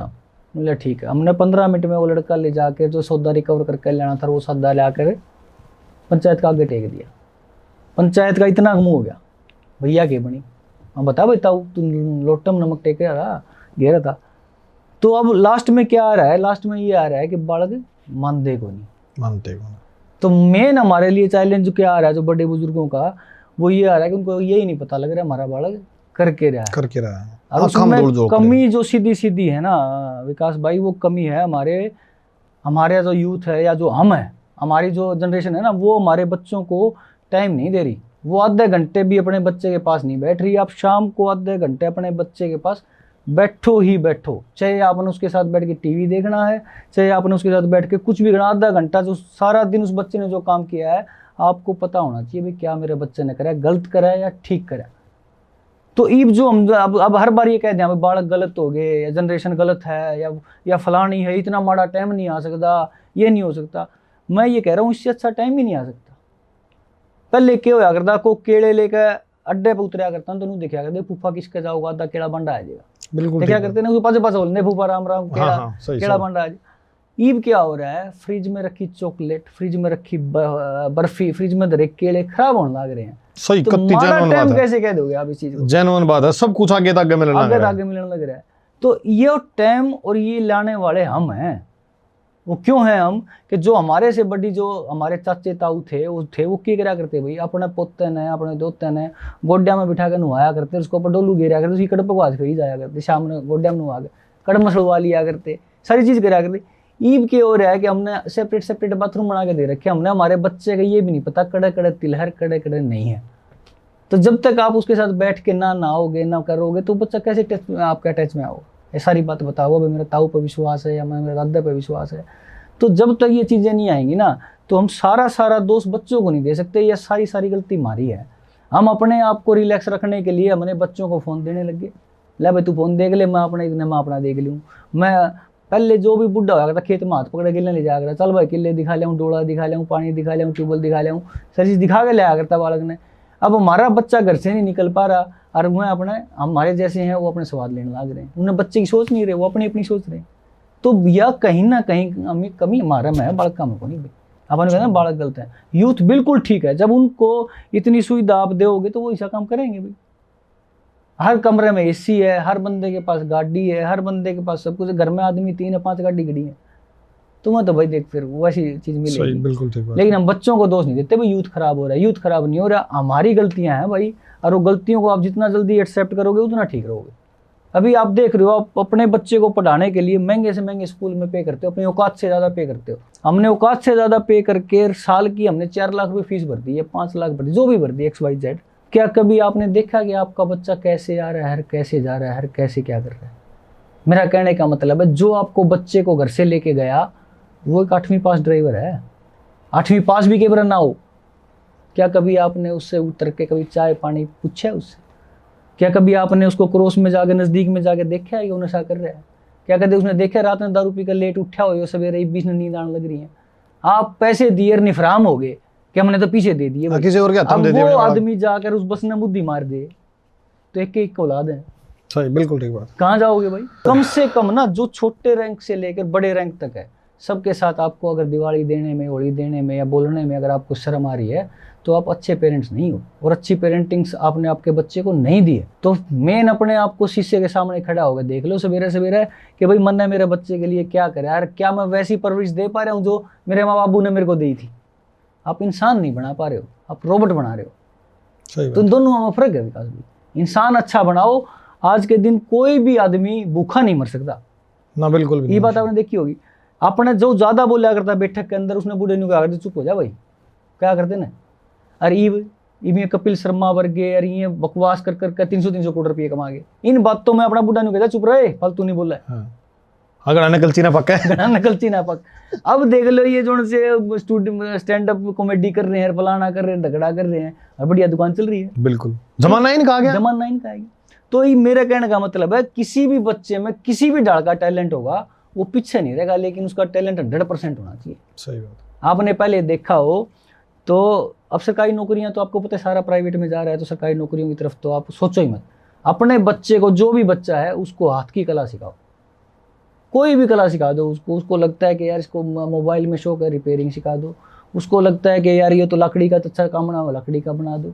मतलब कोई भी चीज़ में उस बच्चे का इंटरेस्ट डाल दो। अगर वो जॉब नहीं लग पाता है तो सेकंड ऑप्शन उसके पास हो। हाँ, मतलब उसको आप लगा के रखो, लगा के रखो जीवन में, नहीं तो फिर वो गलत चीज़ में चला जाएगा। बिल्कुल बिल्कुल, गलत चीज़ों में जाने का ही वो है भाई।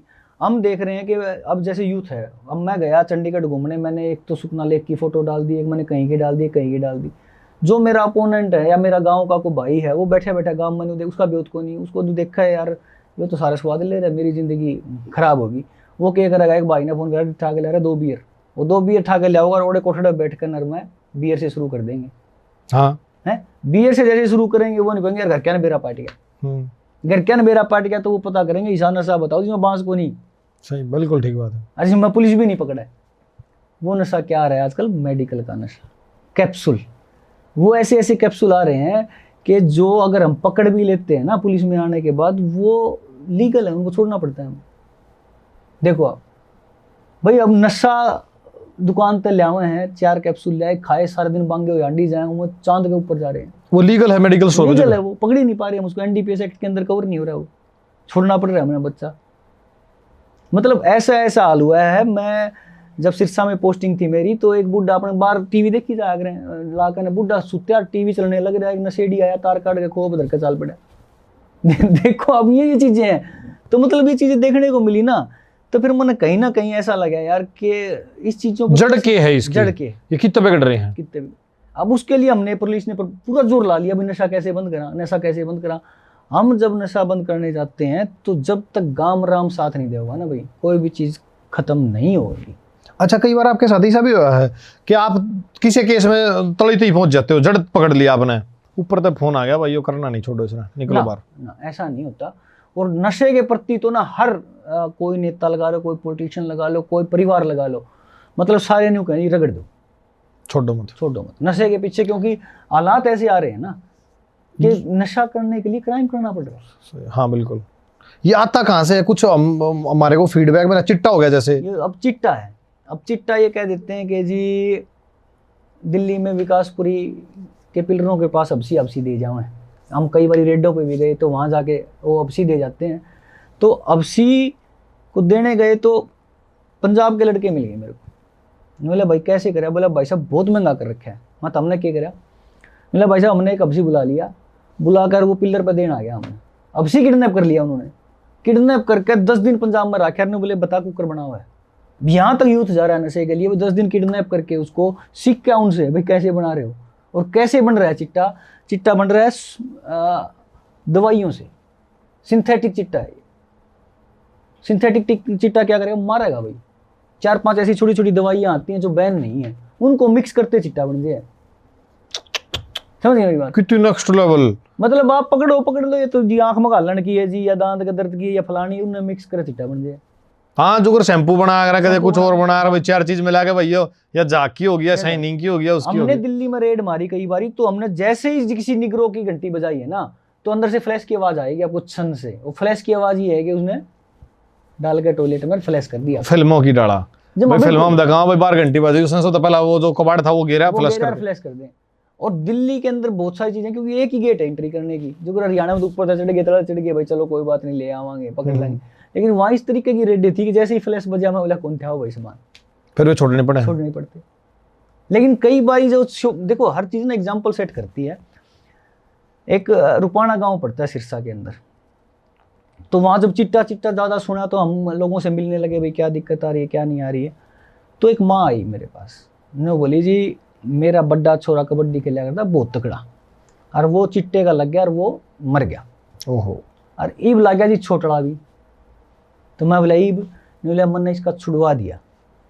मैं बोला भैया दवाई तो हम नहीं बता, क्यों सारा दुनिया पीने लग गई है।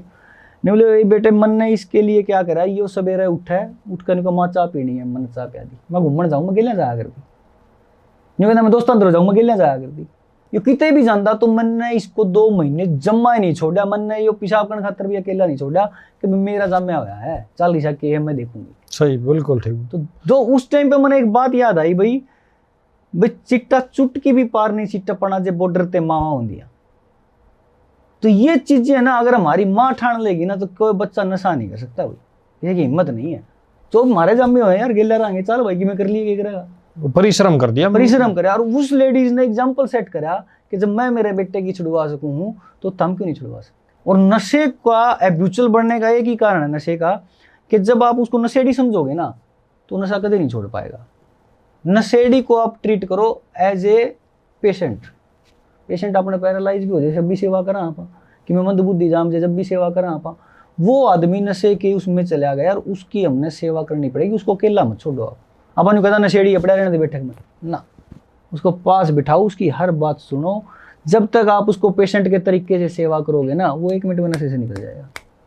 अगर आप उसको नशेड़ी कहते रहोगे, नशेड़ी है बोले भाई, नशेड़ी है बोले, वो उस समय पड़ा रहेगा, उसका टैग लग गया, वो टैग के चक्कर में वो पक्का नशेड़ी हो गया। पक्का नशेड़ी होगा, सही बात। ठीक है, नाम तो वही लिया, एज ए पेशेंट ट्रीट करो आप, कोई बात नहीं है, बीमारी के बिना किसका हो जाए, उसको एज ए पेशेंट ट्रीट करो। अगर वो बच्चा 100 की 100 ना निकल जाए, तो मैं गारंटी दे रहा हूँ। इस चीज में देखो सरकार बड़ी मदद कर रही है। सरकार ने हमारे ना गवर्नमेंट हॉस्पिटल्स के अंदर बेड लगा रखे हैं, किसी में 20, किसी में 30, किसी में 50।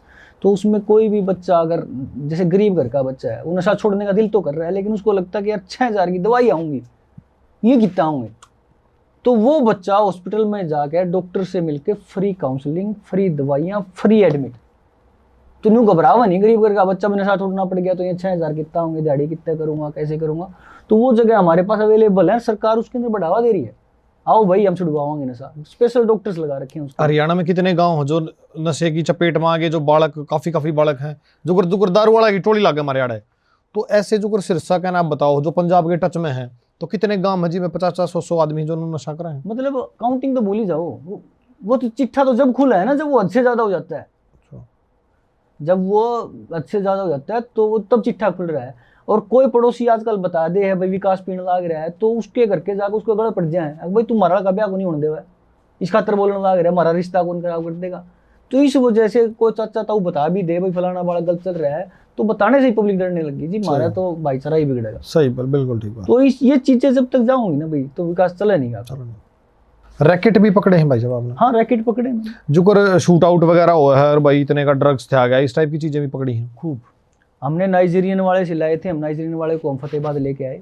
तो फतेहाबाद लेके आए तो हमने 3 दिन का रिमांड ले रखा उसका। जब हमने उसको रिमांड के लिए देखा, तो वो तो नॉन वेज से नीचे खाना ही नहीं खा रहा, वेज तो खा ही नहीं रहा वो। तो अब हमारा कानून ये कहता है कि भाई यो आपने अरेस्ट कर लिया, तो इसकी रोटी कुआड़ का ठीक रखने की आपकी जिम्मेदारी है। फिर उसका नॉन वेज खाओ, नॉन वेज को आया, फिर इसका मतलब तो जो कसाब नॉन वेज खाया वो भी जायज होगा? जायज है ये, ये 4 करोड़ का वो खा गया वो नॉन वेज। ये ह्यूमन राइट्स है उनके उनके है ह्यूमन पावर है उनके, मतलब लगा लो है ह्यूमन राइट्स है, देनी पड़ेगी, जिम्मेदारी है हमारी। अच्छा, उसको नॉन वेज खवाया, नॉन वेज खुआया पूरा, और खुआ कर रिमांड लिया, और उसने एक भी अगर नाम नहीं बताया।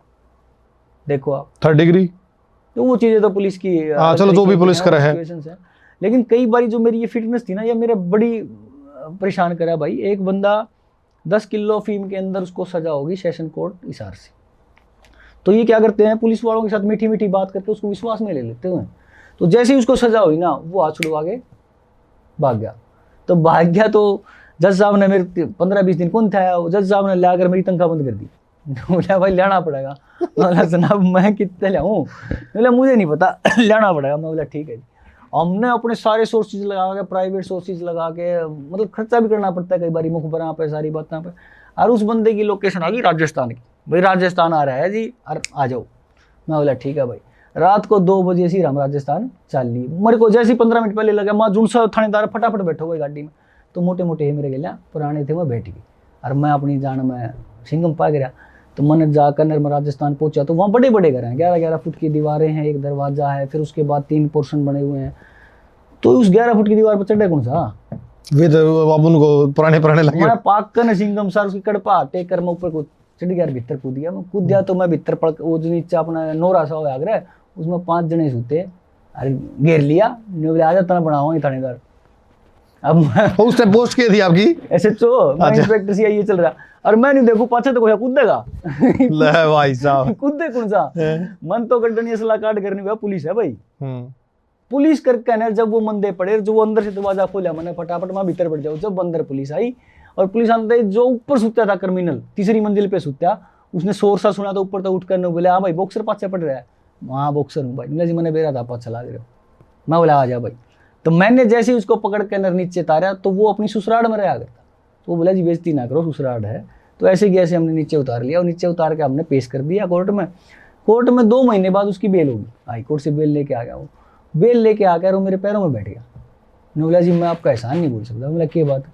बोला जी मैंने न्यू हो रहा था, मैं इसकी बेल भी हाल लग दी, पुलिस आ गई, ये मेरे 2 महीने में मेरी बेल होगी जी, मैं ही आपका एहसान नहीं भूल सकता, बहुत बहुत धन्यवाद, आप मैंने पकड़ लाए। तो पुलिस मैं तो फंस रहा था, मुश्किल हो रही थी, अपने आप आने का नहीं। और एक्चुअल में ना विकास भाई, पुलिस जो है ना, वह पुलिस हनुमान की वानर सेना है। लोग आई किसी की बाजू पूंछ ढका के मारे लगेगी। सही, बिल्कुल ठीक बात है। किसी का की में वो मारे लगेगी। थाने में शांति क्या रहती होगी? नहीं देखो, थाने में शांति कहाँ, पुलिस नहीं रहती, पुलिस तो बाहर ही रहे, रेडा में रहे। तो मेन ये है कि जो आदमी कभी अमसाला सर माथा टेकन जावा, कदे किते जावा, हाँ, आप उसकी वजह जो आपके एरिए में थाना पड़ रहा है और आपके घर के आगे कोई नाका लग जाता है, अगर उस आदमी को आपने दिन में एक चाय पिला दी और पानी का गिलास पिला दिया, तो आते जाते आपके घर की रुकाड़ी ऑटोमेटिक करेगा वो पुलिस वाला। सही, बिल्कुल ठीक, ऑटोमेटिक करेगा, आप देख लेना। अच्छा, इतनी और शर्म रखेगा जब न्यू बेरा पार्टी का विकास नशा पे दी, जब विकास अगली बार बिना हेलमेट पा गया तो भी छोड़ देगा। हाँ। और विकास के फोन भी उठाओगा, 3 दान और न जुड़वा होगा विकास, अरे बोले छोड़िए मेरा जाने पहचान का है। सही बात है, क्योंकि हैं तो हम इसी समाज के ना। सही, बिल्कुल ठीक बात। लेकिन हम पुलिस वाले को ऐसी नफरत से देखते हैं कि बेरा नहीं किया हो गया। वो एक देसी कहावत नहीं, अगर बटे तो चाहिए पुलिस वाला है, अरे लेकिन वो अच्छे नहीं लगते। अच्छा भाई साहब, एक बात और बताओ, फिर न्यू क्या दिखा रहे हैं भाई, पुलिस वाले की दुश्मनाई भी और माड़ी हरियारी भी माड़ी नहीं। एक्चुअल में जो गलत काम कर रहा है उसके लिए तो दुश्मन है भाई, ठीक है। जो गलत कर रहा है ना, वो तो डर के रहेगा ही रहेगा, रहना भी चाहिए। ये कहावत क्यों चलाई लोगों ने? वो इसीलिए चलाई ना, वो गलत काम करने वाला पहला दोहरा बैठ जाया करता, दोहरा बैठ के पहला तो सारे बेत ले लेंदा पुलिस के, और फिर छुप का गलत काम। पुलिस क्या, क्रिमिनल्स का क्या काम होया करता भाई? जैसे आप CI इंस्पेक्टर हो, तो आपके पास शाम को आके बैठ जाएगा भाई, यहाँ इसका दोहरा बैठ के पैग मार लें। इन्नू मेरे से इंस्पेक्टर तो आड़े बैठे हैं, 50 गाड़ी काट दो। अच्छा, तो वो अपने आप को दोस्त कह रहा है, लेकिन हमने तो नहीं कह रहे, तू गलत काम कर रहा है भाई। सही बात, क्या होगा देंगे भीतर। हाँ बिल्कुल। तो वो दोस्ती कर उसके साथ जोड़ दिया भाई, दोस्ती भी मारी, दुश्मनी भी। सही बात। तो ये तरीके होते हैं जो पुराने क्रिमिनल्स है ना, किसी भी एरिया में जो 50-50 साल से बैठे हैं, और एक इंस्पेक्टर बदली हो गया जाता है, तो उनकी जड़ें इतनी मजबूत होती हैं कि उस इंस्पेक्टर को या उस इंचार्ज को अपने आप को स्टेबल करने में जोर लगे।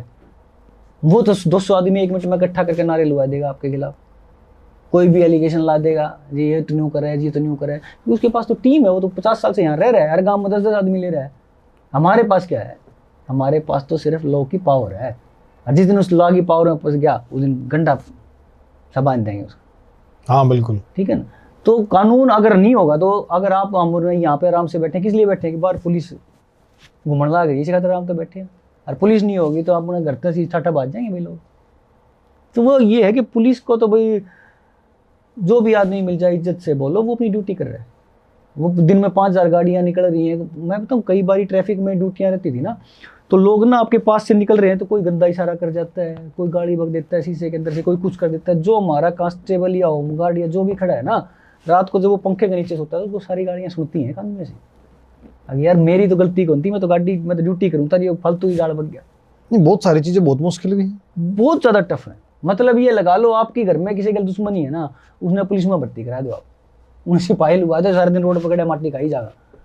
सही, बिल्कुल ठीक है ना, तो दुश्मनी भी लिकड़ेगी और काम भी बन गया। आज ये थोड़ा सा भाई साहब लड़कियों का ना, ये काफ़ी लड़कियां भाग रही हैं, ये क्या मैटर है? विकास भाई, जो लड़की 16 साल के बाद कोर्ट में खड़ी होकर ये कहती है कि मुझे प्रोटेक्शन चाहिए, मन ने मेरे माँ बापू तो डर लग गए। एक 6 महीने के अट्रैक्शन में आके किसी बाइक वाले के, जिसने बाइक भी किसी का मांग के लाया होगा, 20 रुपये और गलाए होंगे, तेल गलाया होगा, उसके बाद उसके चक्कर काटे हैं। और वो 16 साल का छोड़कर वो 6 महीने में उस बच्चे के लिए कहती है कि मेरे घर वालों से डर लग रहा है। तो गलती किसकी? घरवाला की। बालक की गलती को नहीं भाई। अब हम कहते हैं बच्चे का उस टाइम पे एक ऐसा टाइम पीरियड होता है, उसको ये पता नहीं लगता गलत है क्या है, ठीक क्या है। तो कहीं ना कहीं उसके पेरेंट्स उसको टाइम नहीं दे रहे, इसलिए वो बच्चा दूसरे की तरफ अट्रैक्टिव हो गया। ठीक है, उस टाइम पे वो बच्चा घर से भाग के शादी कर लेता है। जैसे ही वो उसके साथ रहने लगता है तो वो नहीं क्या कर रहे हैं, पहला तो ये छोरी बैठ कर नूटा ही जहाँ कि भाई मैं 10वीं में हो रही, फैल बटे वो सरकारी चाहिए, लगते ना चक्कर में। वो उसके चक्कर में फिर घर से भाग जाती है। भाई चलो वो सपने दिखाओ, मन यूँ करने लाग रहा हूँ, मैं ऑर्डर पढ़ूँ, मैं नौकरी लाग जाऊँगा और ये कर लूँगा, मैं सरकारी लाग जाऊँगा, तो चाल वो उसके सपनों में देख के घर से निकल जाती है। और फिर वो जैसे ही घर से निकल कर उसका घर जाओ है, उन्हें मेरा पटे तो मोटरसाइकिल भी किसी और का मांग रहा था।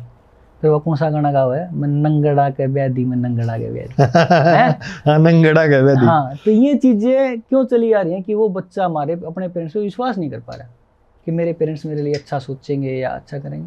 तो मैं इसमें भी गलती अपनी जनरेशन की निकाल रहा हूँ, बच्चों की नहीं निकाल रहा। और मैंने कई ऐसे परिवार देखे हुए विकास भाई, एक बहुत बढ़िया परिवार का बच्चा शाम को चला गया और सुबह तक हम उसको ले आए, तो वो बच्चा बैठ के हमारे थाने में रोने लगे। उसका दादा आ गया बढ़िया खड़का बांध रहा, और वो क्या कर रहा है, उस बेटी के सिर पे हाथ टेक है और कुछ नहीं बोल रहा। वो बेटी रोवे रोवा, दादा गलती होगी, दादा गलती होगी, दादा गलती होगी। और उस बड़े बुजुर्ग आदमी ने क्या कहा, बेटा तेरा कसूर को नहीं, तेरी उम्र का कसूर है, और चल बेटे घर। समझदार आदमी होगा तो बच्चे को ठीक तरीके से लेके जाएगा, अदरवाइज वो बच्चा डर जाएगा और वो घर जाने में भी अटकेगा और कोई ना कोई गलत स्टेप उठा लेगा। सही, बिल्कुल ठीक बात। ठीक है ना, तो इस तरीके से हैंडल करो कि बच्चे का अपने ऊपर विश्वास बनाओ भाई, सबसे मेन लड़की का भागने का ये कारण। विश्वास बनाओ और तो इतना प्यार करो, अकबर ननू लागत तेरे माँ बाप तो फालतू देता को प्यार ना करो। 2 बातें बताता हूँ विकास भाई, मैं आज तक ना, देखो मेरा जो एक्सपीरियंस रहा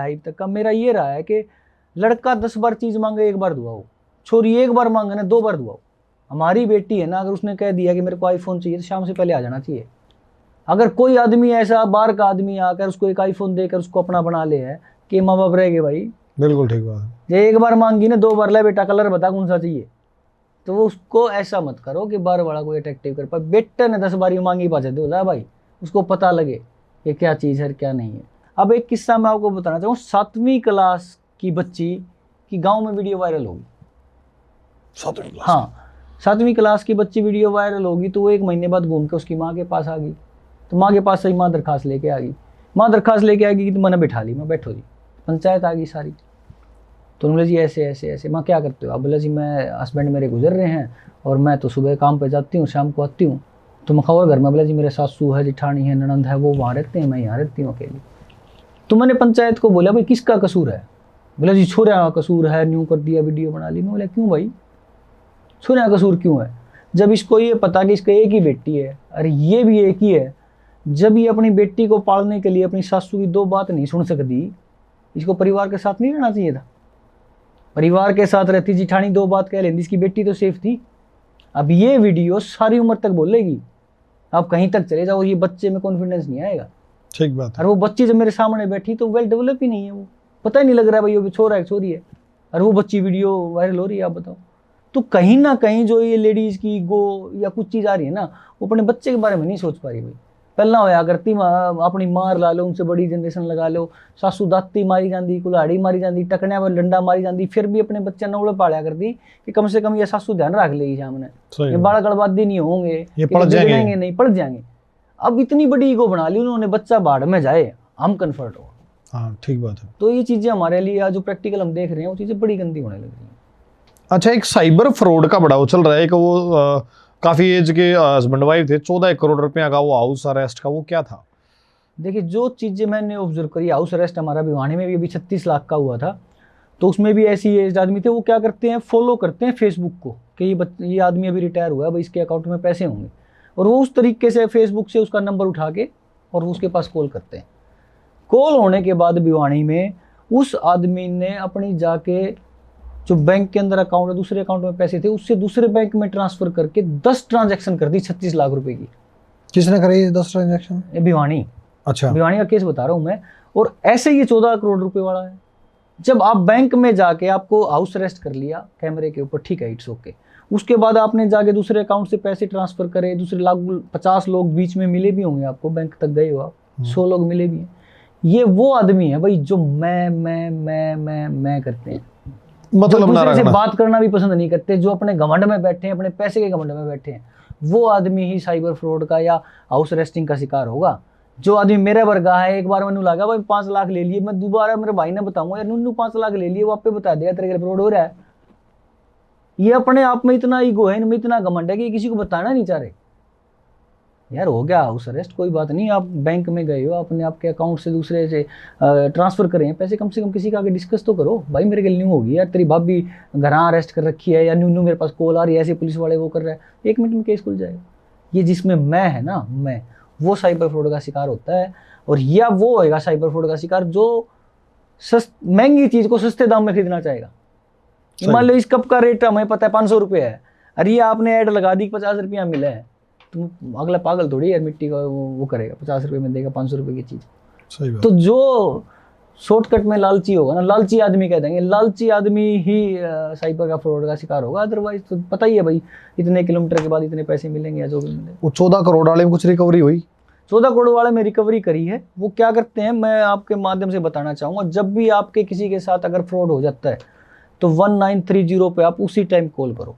जिस भी पॉकेट में वो पैसा गया है उस पॉकेट को उसी टाइम बैंक सीज कर देता है और वो पैसा रिफंड हो जाता है, उसको हम क्लेम कर लेते हैं उसी टाइम। और सबसे खास कर क्या होता है कि हमारे ऐसे टाइम पे सिचुएशन पे कॉल करते हैं वो, जिस पे हम जल्दी से जल्दी उसको OTP दे देते हैं या जल्दी से जल्दी उसकी कॉल रिसीव कर लेते हैं। और आजकल लिंक आ रहे हैं, वो लिंक भेजते हैं, लिंक ओपन करते ही आपका अकाउंट खाली हो जाता है। तो आप जो भी गूगल पे या कुछ भी यूज कर रहे हैं तो उसके अंदर उतना ही पैसा रखें जितना आपको यूज है। मान लो आपके अगर लाख रुपए पड़े हैं, 5,000 रुपये आपका खर्चा हो तो 5,000 रखो, और 95 आप ऐसे अकाउंट में रखो जो नेट के थ्रू कनेक्ट नहीं, फालतू उनसे लिंक ना है, आपने कहीं देना रखा, तब आप सेफ रह पाओगे। अदरवाइज ये चीजें बड़ी और तरीके की हो जाएंगी। एक भाई साहब, हरियाणा में गन कल्चर है और गाने बैन भी हुए हैं बहुत सारे।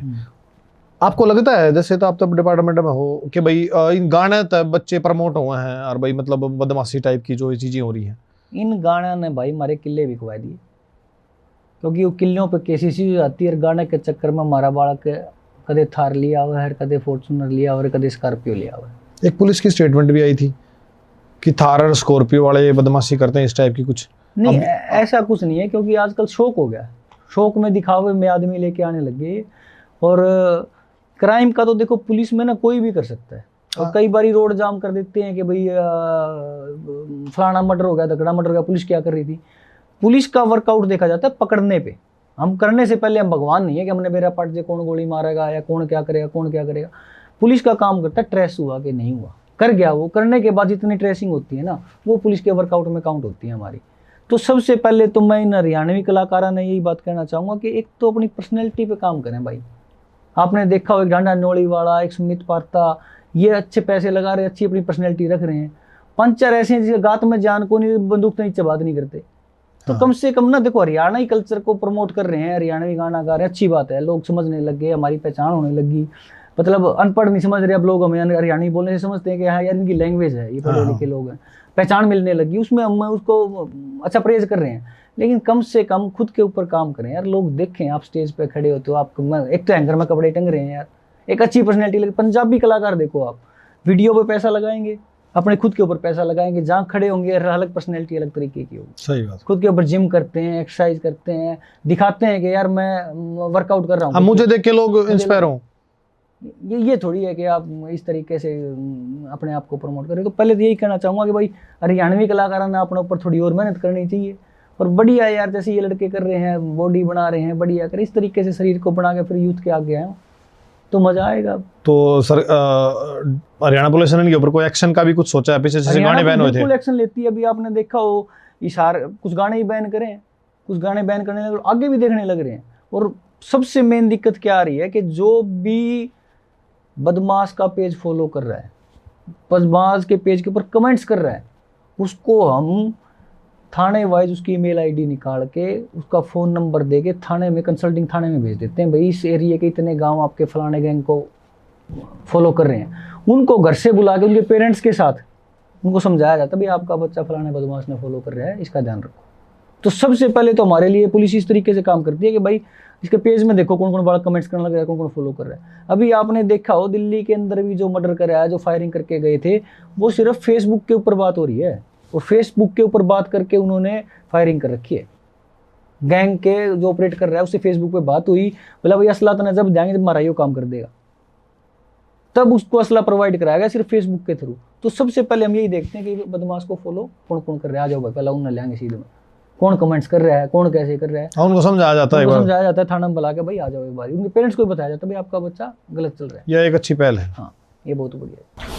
राम राम जी, आज डीएसपी साहब आए हमारे पॉडकास्ट पर, बात करके बड़ा मजा आया, दिल खुश हो गया। और उनकी जो स्पोर्ट्स की जर्नी थी और जो डिपार्टमेंट की बहुत सारी उन्होंने बातें बताई, जैसे साइबर फ्रॉड है और भी बहुत सारी बातें बताई, हमारे को बड़ा मजा आया। और मैं चाहता हूं कि यूथ को कोई मैसेज वो दें और स्पोर्ट्स वाले बच्चों के लिए कुछ और कोई अच्छी बातें बताएं एक बार आप। देखिए विकास भाई, एक ही बात बोलना चाहूँगा, लाइफ का अगर शॉर्टकट है पैसे कमाने का तो स्पोर्ट्स है। और स्पोर्ट्स से अच्छा कोई भी शॉर्टकट नहीं है भाई। मैं बताना चाहूँगा आपको कि जो आप आज खेल रहे हो ओलंपिक्स के अंदर, उसका गोल्ड मेडल का इनाम 6 करोड़ रुपए है भाई। और एशियन गेम्स का इनाम 3 करोड़ रुपये, और कॉमनवेल्थ गेम्स का इनाम 2 करोड़ रुपये, और गिल्ला गस्टेड ऑफिसर की नौकरी ज़िंदगी में। और कोई भी ऐसा शॉर्टकट नहीं है जिसके आप पैसे वाले बन सकते हो या नाम कमा सकते हो या फेम कमा सकते हो सकता है आप यूपीएससी क्रैक करके एक अच्छे अधिकारी जरूर बन सकते हो, लेकिन फेम और वो जो शॉर्टकट है पैसे वाला, फाइनेंशियली वाला, वो स्पोर्ट्स से ही मिलेगा। और ज़्यादा से ज़्यादा अपने घर में कम से कम एक स्पोर्ट्स पर्सन तो ज़रूर होना चाहिए, और तभी ओलंपिक्स में ज़्यादा मेडल आएंगे। ये विकास भाई के पास बैठ के छोटा सा मैसेज आप सभी के लिए। आपका बहुत बहुत धन्यवाद भाई साहब। थैंक यू भाई विकास। भारत भारत में हरियाणा।